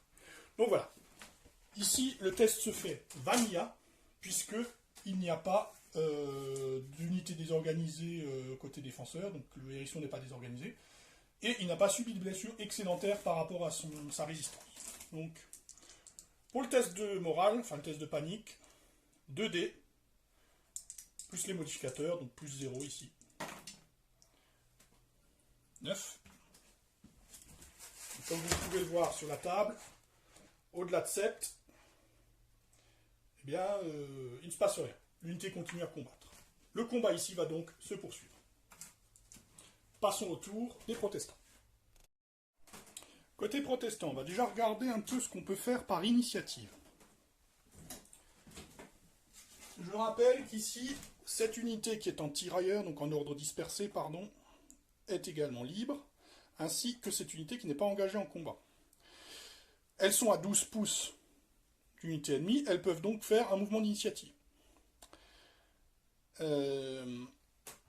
Cette unité-là est en ordre dispersé. Les unités en ordre dispersé ne peuvent pas charger les unités qui ne sont pas elles-mêmes en ordre dispersé. Par exemple, on ne peut pas charger les unités-là puisqu'elles sont en ligne de bataille. Elles peuvent par exception charger les autres unités en ordre dispersé, donc, mais également les unités qui sont dans les bâtiments. Et également, dans ce jeu-là, elles peuvent charger les unités qui sont déjà engagées. Donc, par exemple, si elles avaient la possibilité d'attaquer là, elles le pourraient.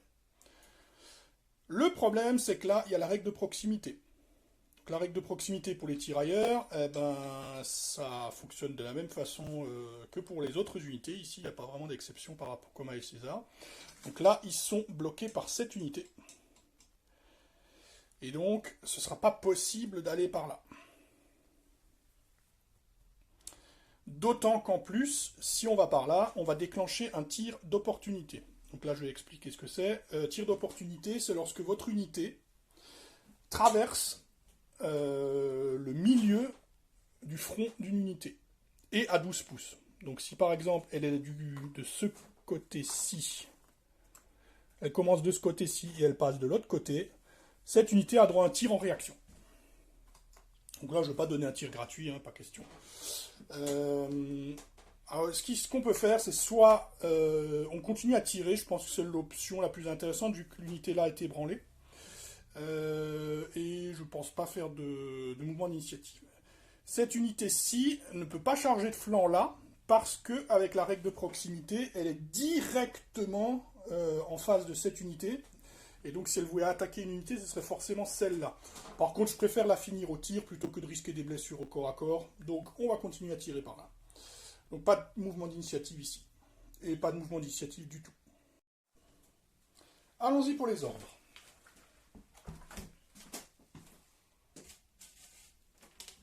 Mon ordre pour... On va commencer par la division mercenaire, donc là.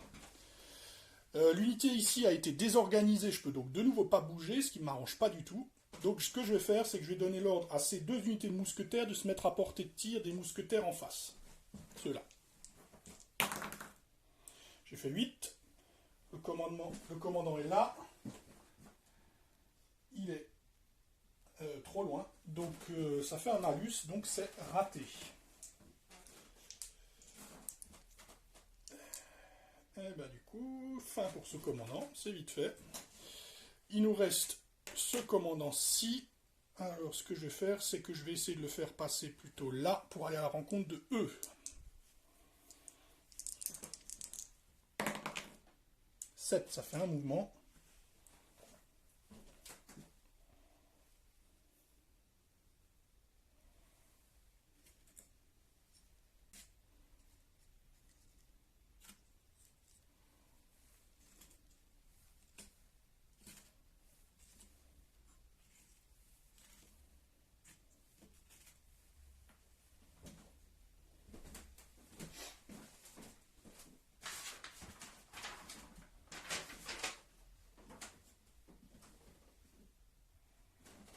Il me reste les mousquetaires détachés. Comme ce n'est pas un échec, je peux continuer. Donc les mousquetaires détachés, on va les envoyer. On va les envoyer.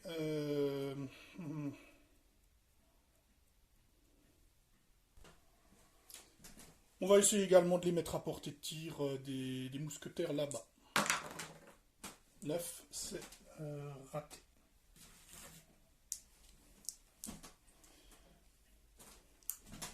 Passons au cavalier.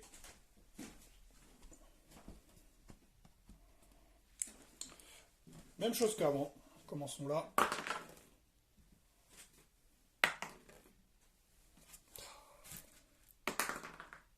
C'est raté. Bon, bah, décidément, la cavalerie a décidé de ne pas bouger du tout. Passons au tir. Donc nous allons refaire un tir combiné de toutes ces unités contre celle-ci. Le premier feu a été utilisé ici, donc ça fera 4 tirs de mousquet. Il y en a 3 qui passent. Et sauvegarde à 4+. Tout raté. Donc 3 blessures. Donc là je me les note en excédentaire, puisque l'unité est déjà ébranlée. Ça fait mal, ça sent mauvais. On va passer à l'artillerie. Si elle touche, ça mettra encore un malus supplémentaire au jet de morale. Donc là, 2 dés. Il y en a une qui passe. La sauvegarde est à 6, puisque l'armure met -2. L'artillerie met -2 à l'armure, enfin au moral. Encore une blessure. Donc on est à 4 en excès et 5 avec le malus de l'artillerie. Donc la test à -5, ça va faire mal. Allez, c'est parti. Ah bah ils ont fait 12. 12 moins 5 font 7. L'unité survit. C'est assez improbable, mais malgré des pertes énormes, cette unité a un moral d'acier et tient bon. Bien joué. Passons donc au combat. Le combat a été remporté par les Espagnols le tour précédent, donc ils auront le bonus pour avoir remporté le combat au tour précédent. Ils toucheront donc sur 3+, puisqu'ils ne sont pas ébranlés. L'autre unité en face, défenseur, n'est pas ébranlée non plus, mais elle n'a pas gagné le combat au tour précédent, donc elle touche normal, c'est-à-dire sur 4+. C'est donc parti. On a donc de nouveau 6 dés d'attaque côté espagnol. Il y en a 4 qui touchent. Ça fait donc 4 sauvegardes pour le hérisson, toutes dirigées obligatoirement contre les piquiers. Et les piquiers sauvent tout. Les mercenaires sauvent tout. Et en face, nous avons toujours 10 dés du hérisson. Ah, c'est beaucoup mieux. 1, 2, 3, 4, 5, 6, 7. 7 sauvegardes, ça va être chaud. Oula, c'est mauvais. Il y en a 2 qui sont réussis, donc ça en fait 5 qui passent. Ils subissent donc une blessure qui va les amener au maximum de résistance, passer au statut ébranlé, et les 4 autres excédentaires qui se répercuteront sur le gène moral. Ici, il y a 0 perte infligée avec 2 soutiens, ça fait 2, contre 5 pertes infligées, donc cette fois-ci le défenseur gagne. C'est donc un test avec donc un malus de -4 qui doit être effectué par les Espagnols. Donc 5, -4, 1, unité détruite. Les piquets espagnols sont donc mis en déroute.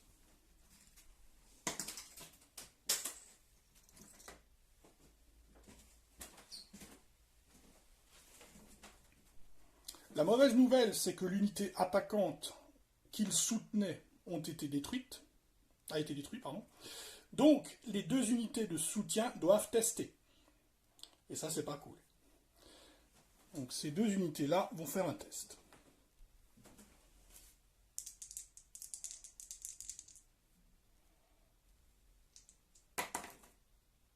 11, c'est bon. Et eux, 4 sont en déroute. Donc, cette unité saute également.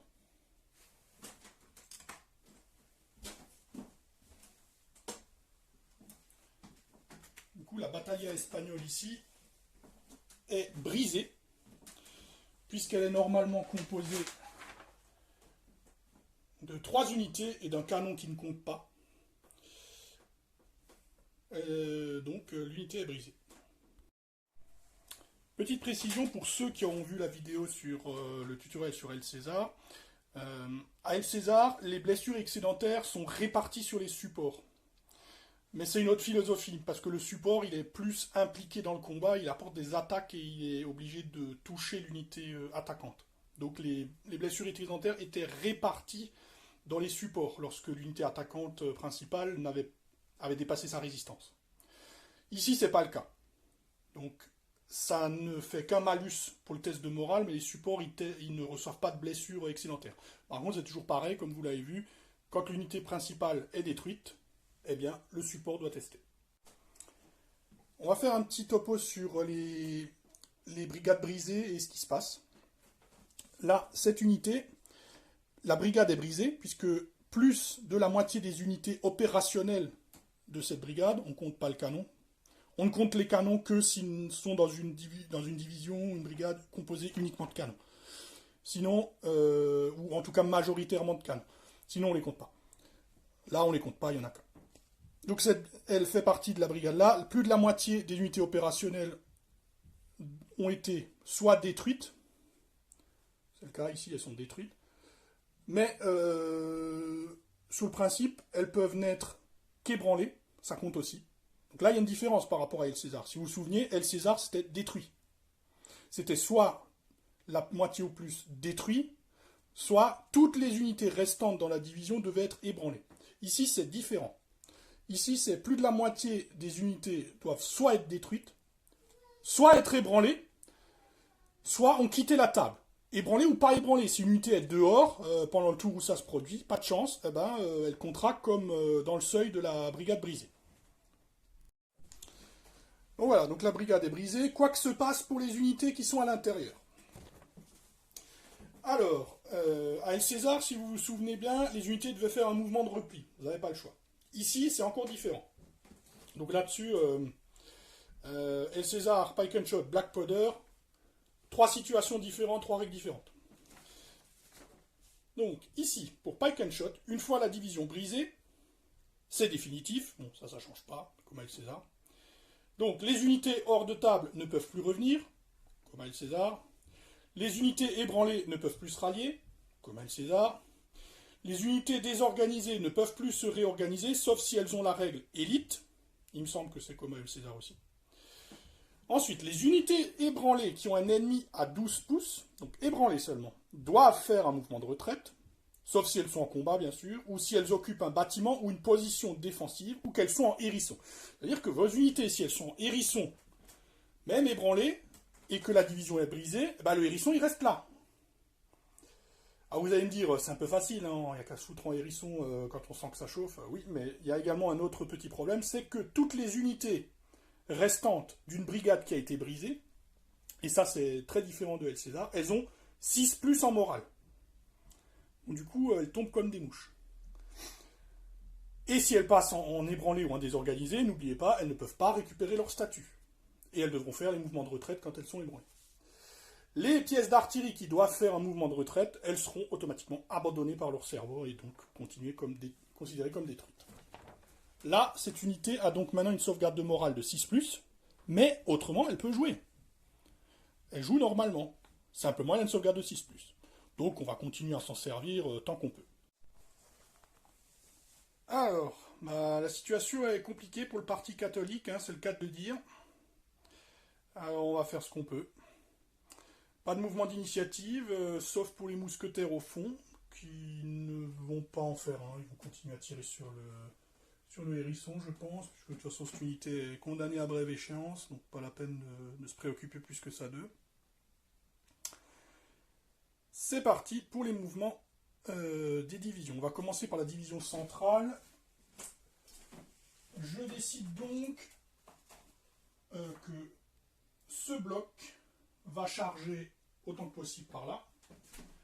Alors, ils ne peuvent pas les atteindre ce tour-ci, mais on va essayer de se rapprocher. 5, ça fait 3 mouvements. C'est très bien. Donc, eux, je vais les aligner là.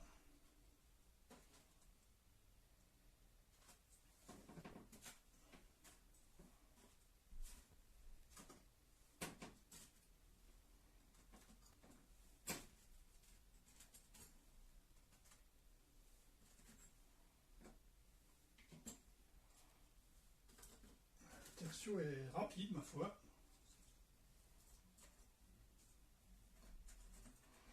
Donc là, je ne suis pas bloqué par les unités anti-railleurs, hein, comme d'hab. Ici, je vais prendre ce bloc-là et attaquer les mousquetaires qui sont là, autant que possible. Même chose. Non, 9, c'est raté. Donc, comme j'ai fait un ordre groupé sur le bloc, je ne peux pas suppléer avec le général. C'est dommage. Donc là, une fois de plus, j'ai un bloc qui est en avant et un autre qui fait rien. Bon, cette désorganisation de l'attaque catholique va leur coûter cher, à mon avis. On va essayer autre chose. Ici, on va donner l'ordre à cette cavalerie. Voyons jusqu'où elle peut aller.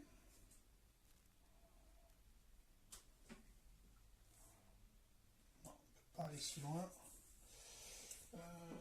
On va essayer de la rapprocher là. Ah, c'est bien. 3 mouvements. C'est possible. On peut donc l'amener ici. Histoire de menacer un petit peu.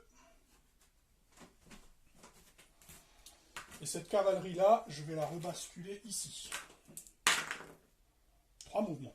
Pourquoi j'avais pas ça avant? Essayer de gagner du temps de ce côté. Et le commandant, je le place là.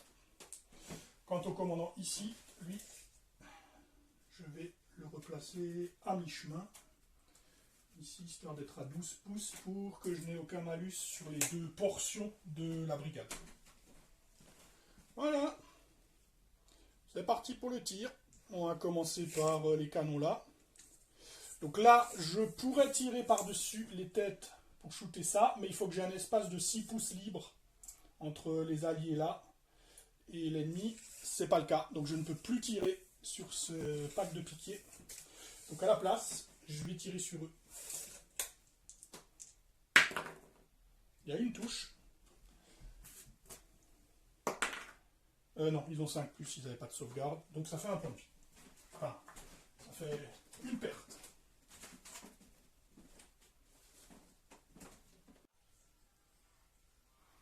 Alors, passons au tertio.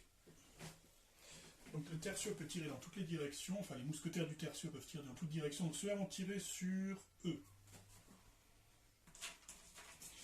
J'ai encore mon premier feu. G-1 parce que ce sont des unités dispersées. Je touche et je désorganise. Est-ce que la blessure sera sauvegardée? Non. Donc, un point de vie pour les mousquetaires détachés.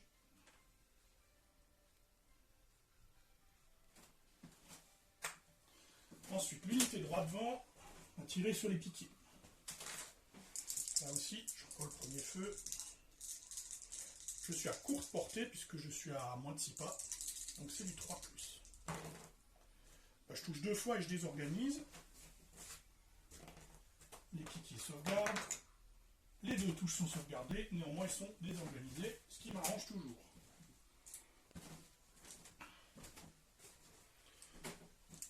Et nous avons fini les tirs. Ah non, et encore les tirs ici.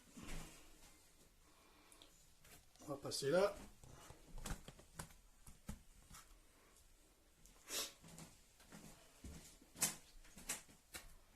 Cette unité-là va tirer sur l'hérisson. Une touche. Sauvegarde.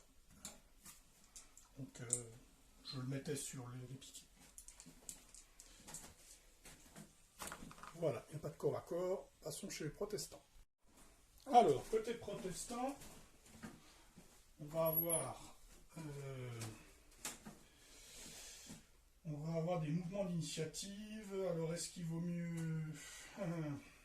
Donc, je pense qu'on va tirer, vu que les piquiers sont désorganisés, ils ne peuvent pas faire de mouvement d'initiative.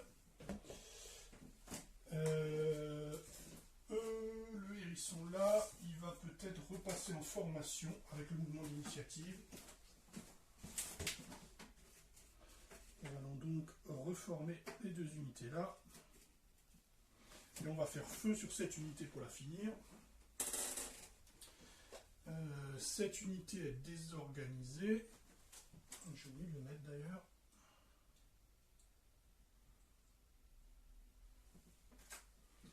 Donc je peux rien faire avec. Mais j'ai encore plein de tirs. J'ai eu la chance que rien n'a été... tout a été sauvegardé ici. Et là, j'ai également un mouvement d'initiative de ce bloc.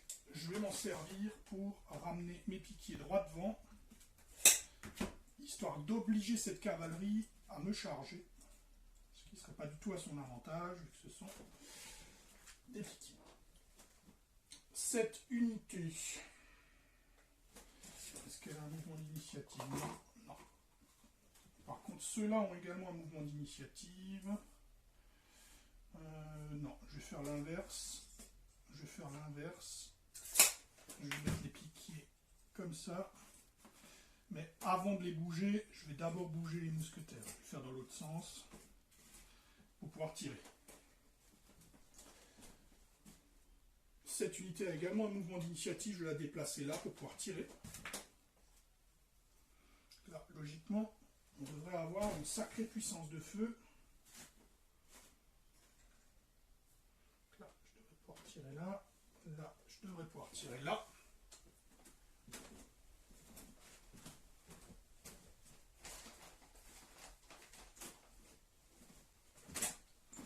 Ensuite, eux, ils vont tirer également.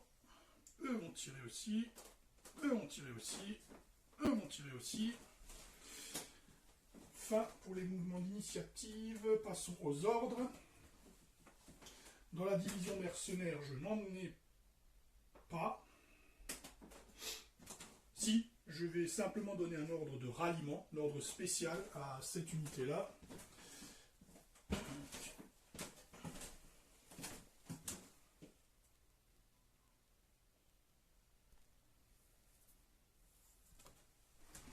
Regardez ce qui se passe là. On va donner un ordre de ralliement ici. Test de commandement. 6, c'est réussi. Je rends donc j'enlève une perte à cette unité. Et c'est la fin pour ce commandant-là. Ensuite, le commandant de la division là, il ne peut pas faire quoi que ce soit. Ouais. Alors, ce qu'on va faire avec eux, on va déplacer cette unité. Donc, vu que mon commandant n'a rien de mieux à faire, on va utiliser un ordre suivez-moi pour les mettre en formation dispersée et les avancer jusque-là pour pouvoir tirer. Donc, le changement de formation coûte un mouvement. Donc là, je vais faire un ordre spécial, suivez-moi. C'est un ordre spécial qui vous permet d'obtenir 3 mouvements. Évidemment, du coup, ça met fin au tour de ce commandant après. J'ai fait 7, il suffit de réussir l'ordre spécial pile poil, il n'y a pas de degré de réussite. J'obtiens donc 3 mouvements. Du coup, je fais l'ordre comme je l'ai dit. Formation dispersée, pour me permettre de slalomer dans les buildings. Et il me reste 2 mouvements, assez pour arriver là où je voulais. Et donc, pouvoir ouvrir le feu sur les cavaliers. Donc là, ça va être un gros tour de tir pour les protestants. Espérons que ça soit payant. Passons du côté des cavaliers. Alors, on va vérifier s'ils sont éventuellement à portée de charge. Ceux-là, oui. Ceux-là, oui. Ceux-là, non. Bon, on ne va pas attaquer tous les 3. On va faire simple, on va envoyer celui-ci et celui-ci à la charge en ligne droite pour attaquer ces 2 unités, respectivement.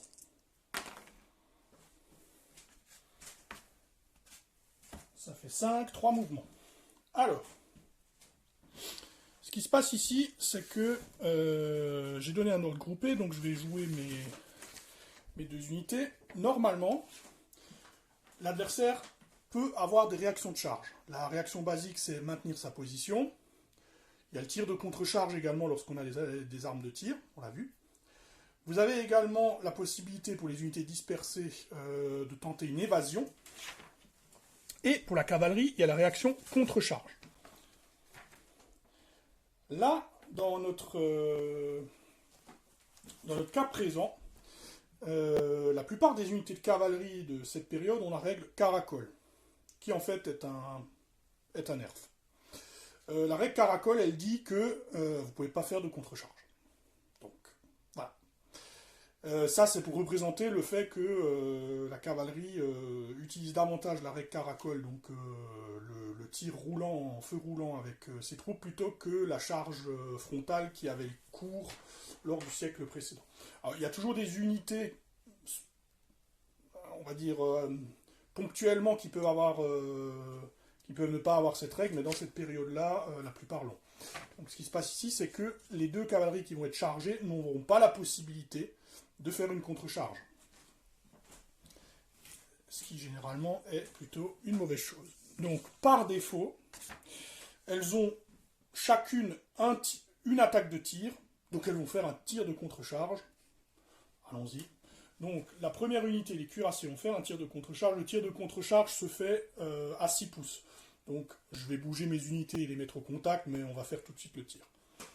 Alors, premier tir, ça touche et ça désorganise. Ça c'est très important, parce que du coup, même s'ils sauvegardent leurs blessures, il y a le feu des pistolets qui ont été déchargés à courte portée a provoqué une désorganisation qui va donner un -1 au toucher très important au cuirassier. Ça rééquilibre du coup le combat. Donc on avait vérifié, il y avait bien 27 pouces. Donc cette unité-là, je vais faire ma sauvegarde aussi. Les cuirassiers ont une sauvegarde de 3+. Bon, la blessure est sauvegardée, mais du coup, l'unité est quand même désorganisée par le feu. Ce qui est, ma foi, plutôt sympathique. Ça serait bien que l'autre unité fasse pareil, parce que sinon, je pense que ces pauvres cavaliers vont le piétiner. L'unité d'arquebusier à cheval contre l'autre unité d'arquebusier à cheval. Bon, ça touche, mais ce n'est pas un 6. Sauvegarde à 4+, et par contre, ça met une blessure. Bon, c'est toujours ça de prix, ma foi. Donc là, les tirs de contre-charge ont été pas trop mal du tout. Hein. Donc là aussi, on met au contact.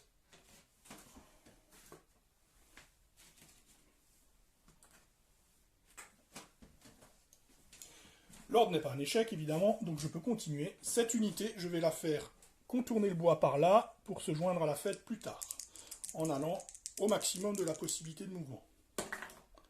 7, ça ne donne qu'un mouvement, car là j'entame un mouvement de 9, donc j'entame ici mon tour.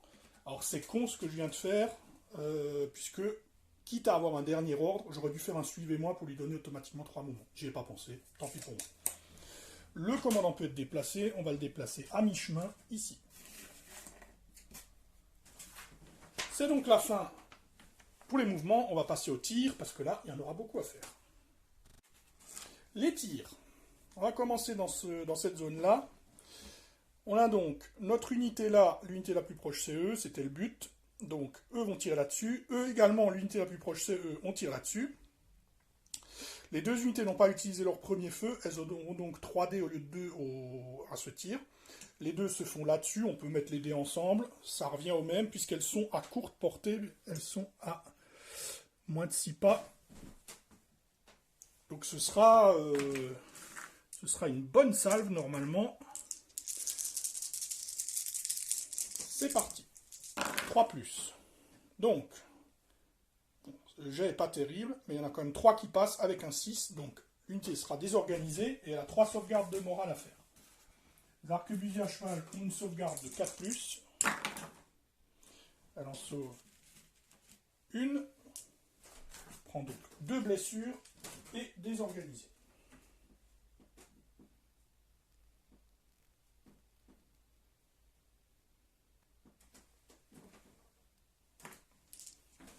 Ça aurait pu être pire.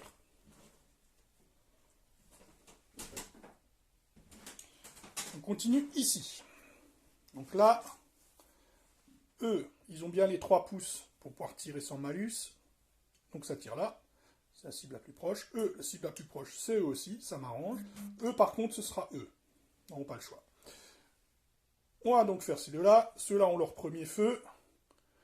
Ceux-là ont aussi leur premier feu. Ils n'ont pas encore tiré cette partie-ci. Ça fait 6 tirs sur le pack de piquis espagnol.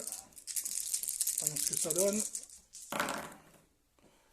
4 touches et une désorganisation. Allez, ça pique.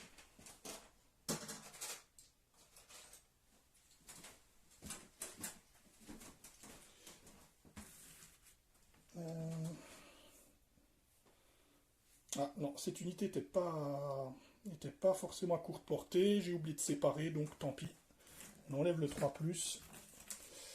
On va rester sur du 4+, ça m'apprendra à séparer. Donc 3 sauvegardes à 4+. Une qui est sauvée, il y a 2 qui passent au travers, donc 2 pertes et désorganisées.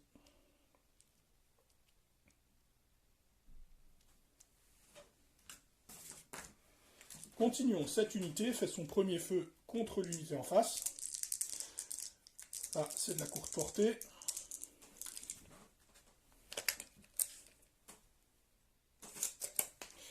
Donc là, oui, on a courte portée. Donc, c'est du 3+.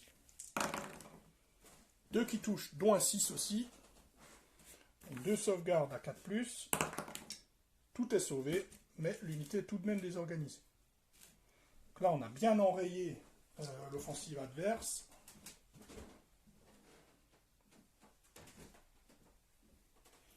Les 2 unités sont désorganisées.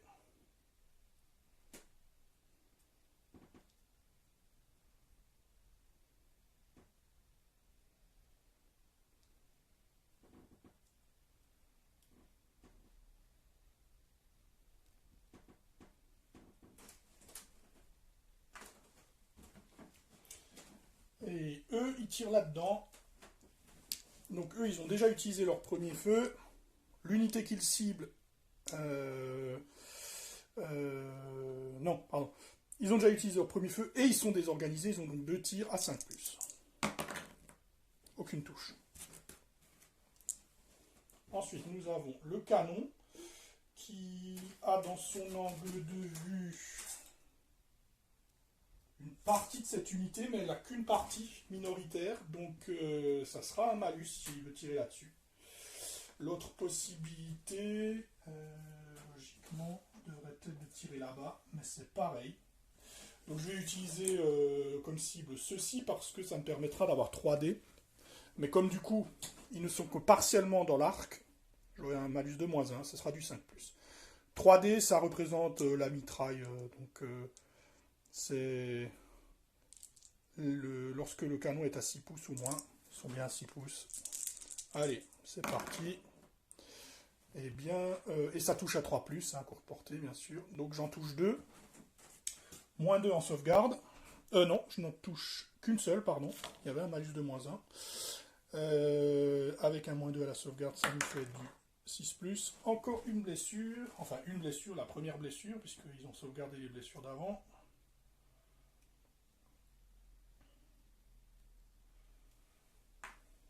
Canon, c'est fait. Il nous reste ces deux-là qui vont tenter d'achever l'unité ici. Ces deux unités ont utilisé leur premier feu. Ils n'ont pas de malus particulier. Par contre, il y en a peut-être une qui est à courte portée. J'aurais peut-être dû reculer l'unité. Ouais, celle-ci est à courte portée. Celle-là, non. Donc, on va commencer par l'unité à courte portée. 3+. Une touche. Et l'unité à longue portée. 4+. Une touche. Donc, ça fait 2 touches à sauvegarder. Sur le 4+, il n'y a pas eu de 6. Ils en sauvegardent une. Non, ils ont une sauvegarde de 6+, mais bon, du coup j'ai fait un 6, je sauvegarde. N'oubliez pas, ils sont dans une division brisée, ils leur sauvegardaient à 6+. Donc maintenant, une blessure, ça va, ils s'en sortent bien.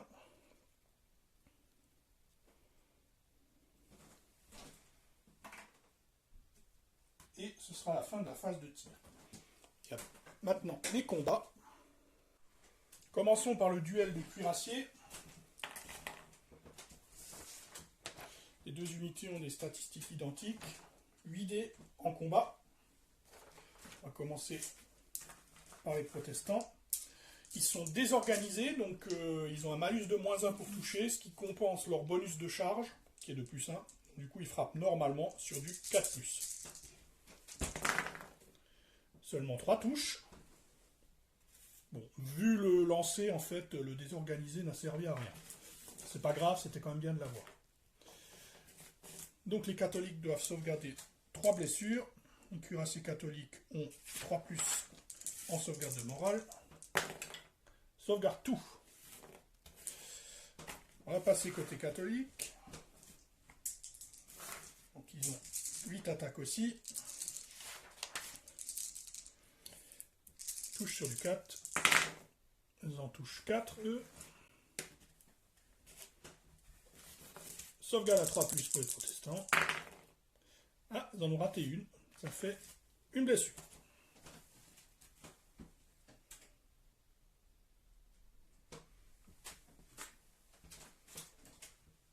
Donc, une blessure. L'unité protestante est en charge.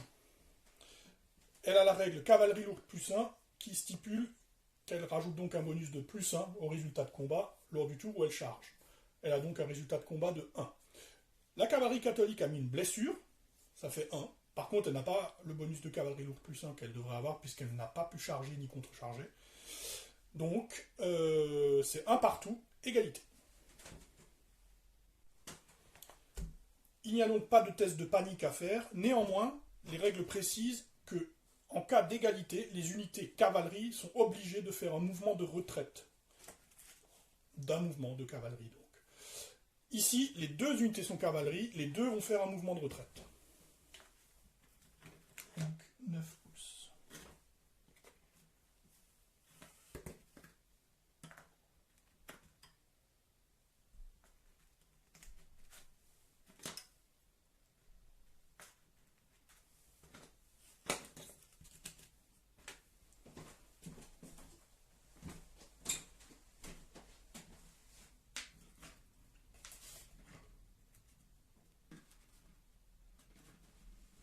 Alors évidemment, précision, les unités engagées en combat elles-mêmes ne peuvent pas servir de soutien.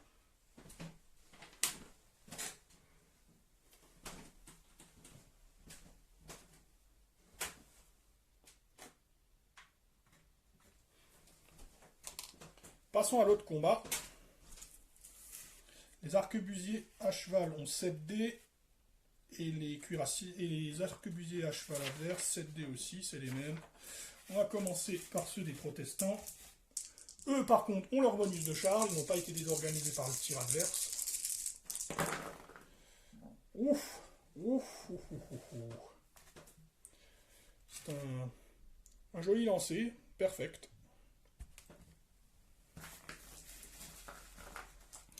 Il y a tout ça à sauvegarder pour l'ennemi. Eh ben, ils en sauvegardent qu'un. Ils prennent 6 blessures, donc ils ont une résistance de 3. Donc ils prennent leurs 3, et le reste sera potentiellement utilisé pour le test de morale. Et au passage, l'unité est ébranlée.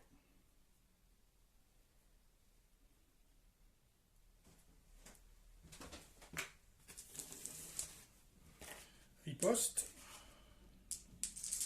Sur du 4. On a 3 qui touchent. Tout sauvé. Bon, bah, du coup, ça va être un joli test à -3. 7 -3, 4. L'unité est détruite. Donc on peut la retirer. Là, nous avons un cas de figure intéressant. Les unités victorieuses ont généralement la possibilité soit de rester où elles sont, soit de changer leur formation, soit de battre en retraite dans leur angle arrière, soit d'occuper un building s'ils étaient en train d'attaquer un building, soit, dans certains cas, de faire une percée. Ici, on est dans un cas de percée. Pourquoi? Donc, les percées ne sont autorisées qu'aux unités qui sont non désorganisées. Cette unité n'est pas désorganisée, donc elle peut le faire. Si une unité charge ou contre-charge remporte le combat et que toutes les unités qu'elle combattait sont soit en déroute, soit ont replié, l'unité peut effectuer une percée. La percée ne peut normalement pas engendrer de charge, sauf si l'attaquant est une cavalerie. Là, c'est le cas. Si c'est une cavalerie, vous pouvez utiliser votre mouvement de percée pour charger, à condition que vous ne soyez donc ni désorganisé, de toute façon là vous n'auriez pas le droit à la percée, mais pas ébranlé non plus, puisque si vous êtes ébranlé, vous ne pouvez pas déclarer de charge ni d'attaque. Et vous pouvez charger des ennemis dans votre arc frontal, comme si c'était votre phase de commandement avec un mouvement. Si vous parvenez à effectuer une charge avec ce moyen, eh ben vous pouvez tout de suite faire un nouveau round de combat. On ne peut évidemment faire qu'une seule charge en percée avec une cavalerie par tour. Vous ne pouvez pas enchaîner les percées. Lorsqu'il y a une percée, la seule réponse, lorsqu'il y a une percée de cavalerie qui fait une charge, la seule réaction de charge de l'ennemi, c'est maintenir sa position, parce qu'il est trop pris au dépourvu. Donc il n'a pas le temps, vous ne pouvez pas faire une autre réaction que pris au dépourvu. Évidemment, la règle de proximité s'applique tout de même. Là, ce que vous voyez, c'est que mon unité est victorieuse. Droit devant, elle a personne. Ça frise, mais il n'y a personne. Et dans l'angle, elle peut choisir soit d'aller sur les cuirassiers, soit d'aller sur les canons. Attaquer les cuirassiers, c'est une idée. Ça pourrait engendrer la défaite de la bataille de cavalerie. Ça peut valoir cher. D'un autre côté, les cuirassiers, ils ont pris 0 blessure. Ils ont une meilleure armure. Donc j'aurai un bonus de charge, mais c'est pas dit que je réussisse à remporter le combat. Attaquer le canon, c'est une proie facile. Pourquoi? Parce que comme il n'a pas le droit de faire une réaction au tir de contre-charge, aucune chance qu'il puisse me faire une mitraille. Donc je pourrais le sortir. Par contre, lui, il compte 0 pour ce qui est de briser une division. Donc j'ai soit le choix de faire une cible facile mais qui ne rapporte rien, soit tenter une charge contre une unité dont la défaite serait décisive. Bon, on est là pour jouer, hein. On va tenter de remporter la partie en effectuant la percée contre cette cavalerie. Je suis normalement à 9 pouces, oui. Donc, allons-y. Donc, évidemment, avec la caracole, elle pouvait de toute façon pas faire de contre-charge. Mais comme c'est une percée, elle n'y aurait pas droit, même dans le cas contraire. Donc là, on résout immédiatement ce nouveau combat. Voyons si les arquebusiers à cheval vont réussir à prendre au dépourvu les cuirassiers catholiques en repli. On touche sur 3+, côté arquebusier. Et c'est de nouveau un bon jet, ma foi, mais là, il y a du déchet. Ce ne sera pas imperfect, mais il y en a quand même 5 qui passent au travers. Par contre, là, la différence, c'est que les cuirassiers, eux, ils ont une sauvegarde de 3+ en morale. C'est pas les 4+ qu'avaient les autres. Donc, du coup, ça va dépendre du jet. Et bah, il n'est pas mauvais. Il n'y en a qu'une seule qui passe au travers. Ça ne fait qu'une blessure. Bon. Une blessure. Avec le cavalerie lourd +1. Ah non, ils n'ont pas, pardon. Ils n'ont pas le cavalerie lourd +1. Donc du coup, il faut que les cuirassiers ne fassent pas de dégâts. Sinon, ça peut se retourner contre les pauvres petits arquebusiers. Les cuirassiers ont 8 attaques. Ils ne touchent que sur 4+, parce qu'ils sont à l'arrêt. Oi, oi, oi. Ouais, je crois que non. C'est plutôt les arquebusiers qui vont morfler. 6 touches aux arquebusiers. Par contre, ils n'ont que 4+ en morale. Oh, c'est une bonne sauvegarde de morale. Là, ce sera une égalité. Ce sera une égalité. Tac. Les deux unités doivent replier. Comme on l'a vu précédemment.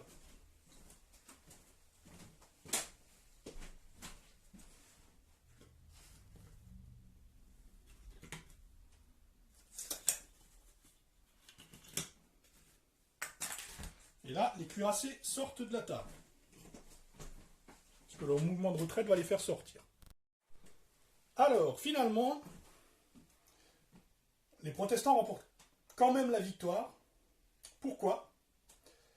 Parce que, comme je l'avais indiqué dans la règle sur les batailles à briser, si au début du tour catholique, au début, pas à la fin de la phase de commandement comme à El César, mais au début du tour, plus de la moitié des unités de la battaglia sont soit détruites, soit ébranlées, soit sorties de la table. Et donc là, j'ai relu le chapitre, c'est sorti de la table délibérément ou non. Et bien dans ce cas-là, la division est brisée. Là, les unités les cuirassiers sont sortis. Les arquebusiers à cheval sont détruits. Il ne reste donc que les autres arquebusiers à cheval qui sont déjà en mauvaise posture. Ceux qui sont là. Donc ça veut dire que dans notre cas de figure ici, les protestants ont remporté la victoire. Donc, comme vous voyez, ça peut aller assez vite. Hein. Le jeu est relativement brutal. Hein. Beaucoup plus qu'à El César, parce que les combats au corps à corps durent moins longtemps, vu que les unités ont 2 fois moins de résistance qu'à El César. Et donc, les unités sont particulièrement, on va dire, plus fragiles. Il y a beaucoup moins de sauvegarde à 3+, puisqu'on ne peut pas serrer les rangs dans le jeu. Donc comme vous voyez, c'est assez brutal. Comme vous le voyez, il est peut-être un peu moins...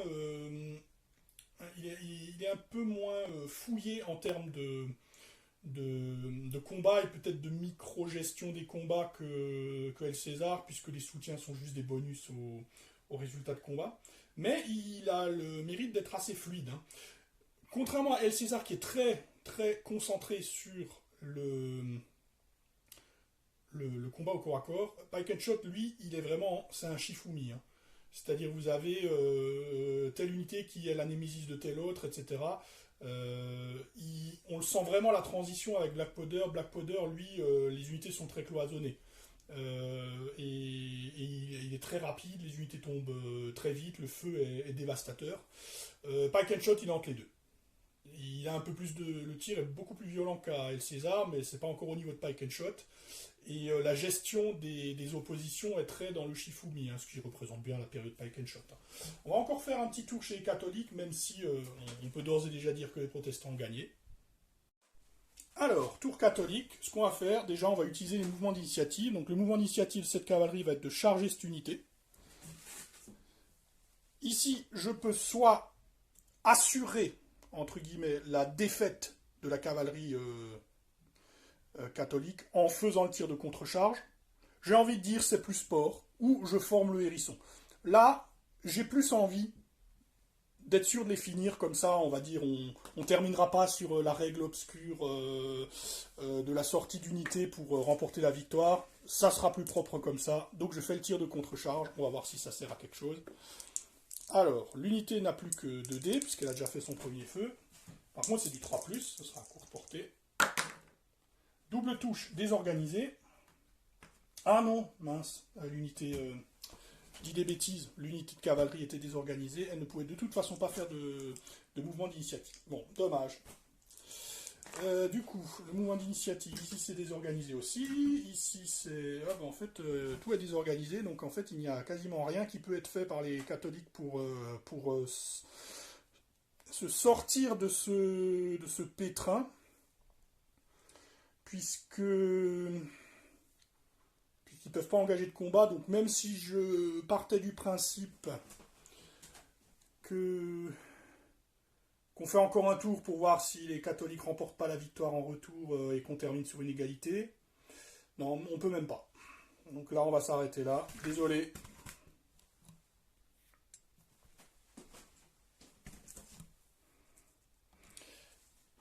Alors, on va donc en rester là. Conclusion. Très bon jeu. Très bon jeu. Les trois sont des très bons jeux. Ils ont un squelette de règles commun. Et comme vous le voyez, ils retranscrivent très bien le combat de leur époque, que ce soit El César ou Pike and Shot, sans être lourdingue en termes de règles, hein, ça reste fluide, ça va vite. Et pourtant, ils ont tous leur identité. Là, vous voyez bien le côté Pike and Shot. Vous attaquez pas de piqué avec vos cavaliers, sauf en situation désespérée ou sauf s'ils sont désorganisés. Vos arquebusiers sont là pour faire mal aux piquets ou aux cavaliers. Les cavaliers sont là pour faire la disruption lorsqu'ils le peuvent. Sinon, le but c'est d'apporter de la manœuvre et de la vitesse. L'artillerie, même si elle n'est pas extraordinaire, eh ben, elle apporte quand même un soutien à longue portée qui n'existe pas trop, puisque comme vous voyez, là, les portées sont limitées à 18 pouces. Donc pour menacer quelqu'un à longue distance, il n'y a que des canons, il n'y a que ça. Et également le fait qu'il y a un gros -2 minimum à la sauvegarde fait que si ça touche, ça passe au travers. Il n'y a pas de problème. Le hérisson, on a vu, excellente formation défensive qui apporte beaucoup de cachet historique à ce jeu. Et pour ce qui est du système de commandement, assez similaire donc à El César, il n'y a pas trop de changements sur la façon dont les ordres commandent. Il y a des petites règles qui changent. Le moral est complètement différent. Le moral il est très calqué sur Black Powder, qui était le premier qui est sorti, il me semble, des trois. Alors que El César, il a vraiment une table, vous voyez cette table avec des résultats différents selon que vous avez cavalerie, infanterie, tirailleurs, etc. Avec des résultats qui sont pas binaires, vous avez retraite en bon ordre, retraite désorganisée, retraite avec les supports désorganisés, pas désorganisés, des routes, etc. Ici, à Black Powder et à Pike and Shot, c'est soit tu tiens, soit tu replies, soit tu es détruit. Il y a 3 résultats. Et la table est la même,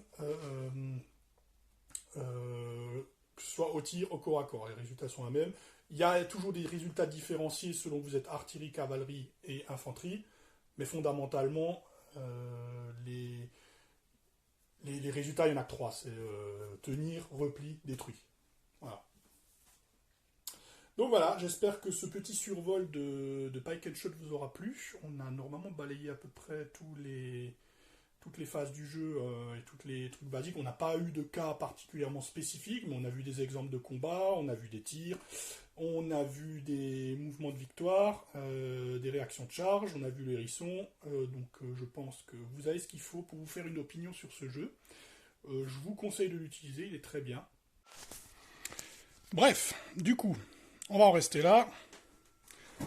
La partie ayant été rapide cette fois-ci. En tout cas, décisive rapidement. J'aurais aimé faire un peu plus de combats en mêlée. Mais ma foi, on fera avec, ou plutôt sans. En tous les cas, je pense avoir abordé la plupart des mécaniques de base du jeu. Ça devrait vous donner une bonne idée. Comme dit, c'est intéressant, c'est fluide, c'est rapide. Ça se joue bien. Et ça retranscrit bien le feeling de l'époque, sans avoir des règles trop lourdes. Donc pour débuter, c'est cool. J'aime beaucoup jouer à Pike and Shot, franchement, c'est vraiment bien. Donc voilà, j'espère que cette petite introduction vous aura plu et que ça vous donnera envie de jouer. Donc d'ici là, portez-vous bien, je vous dis à la prochaine fois et d'ici là, que les dés vous sourient.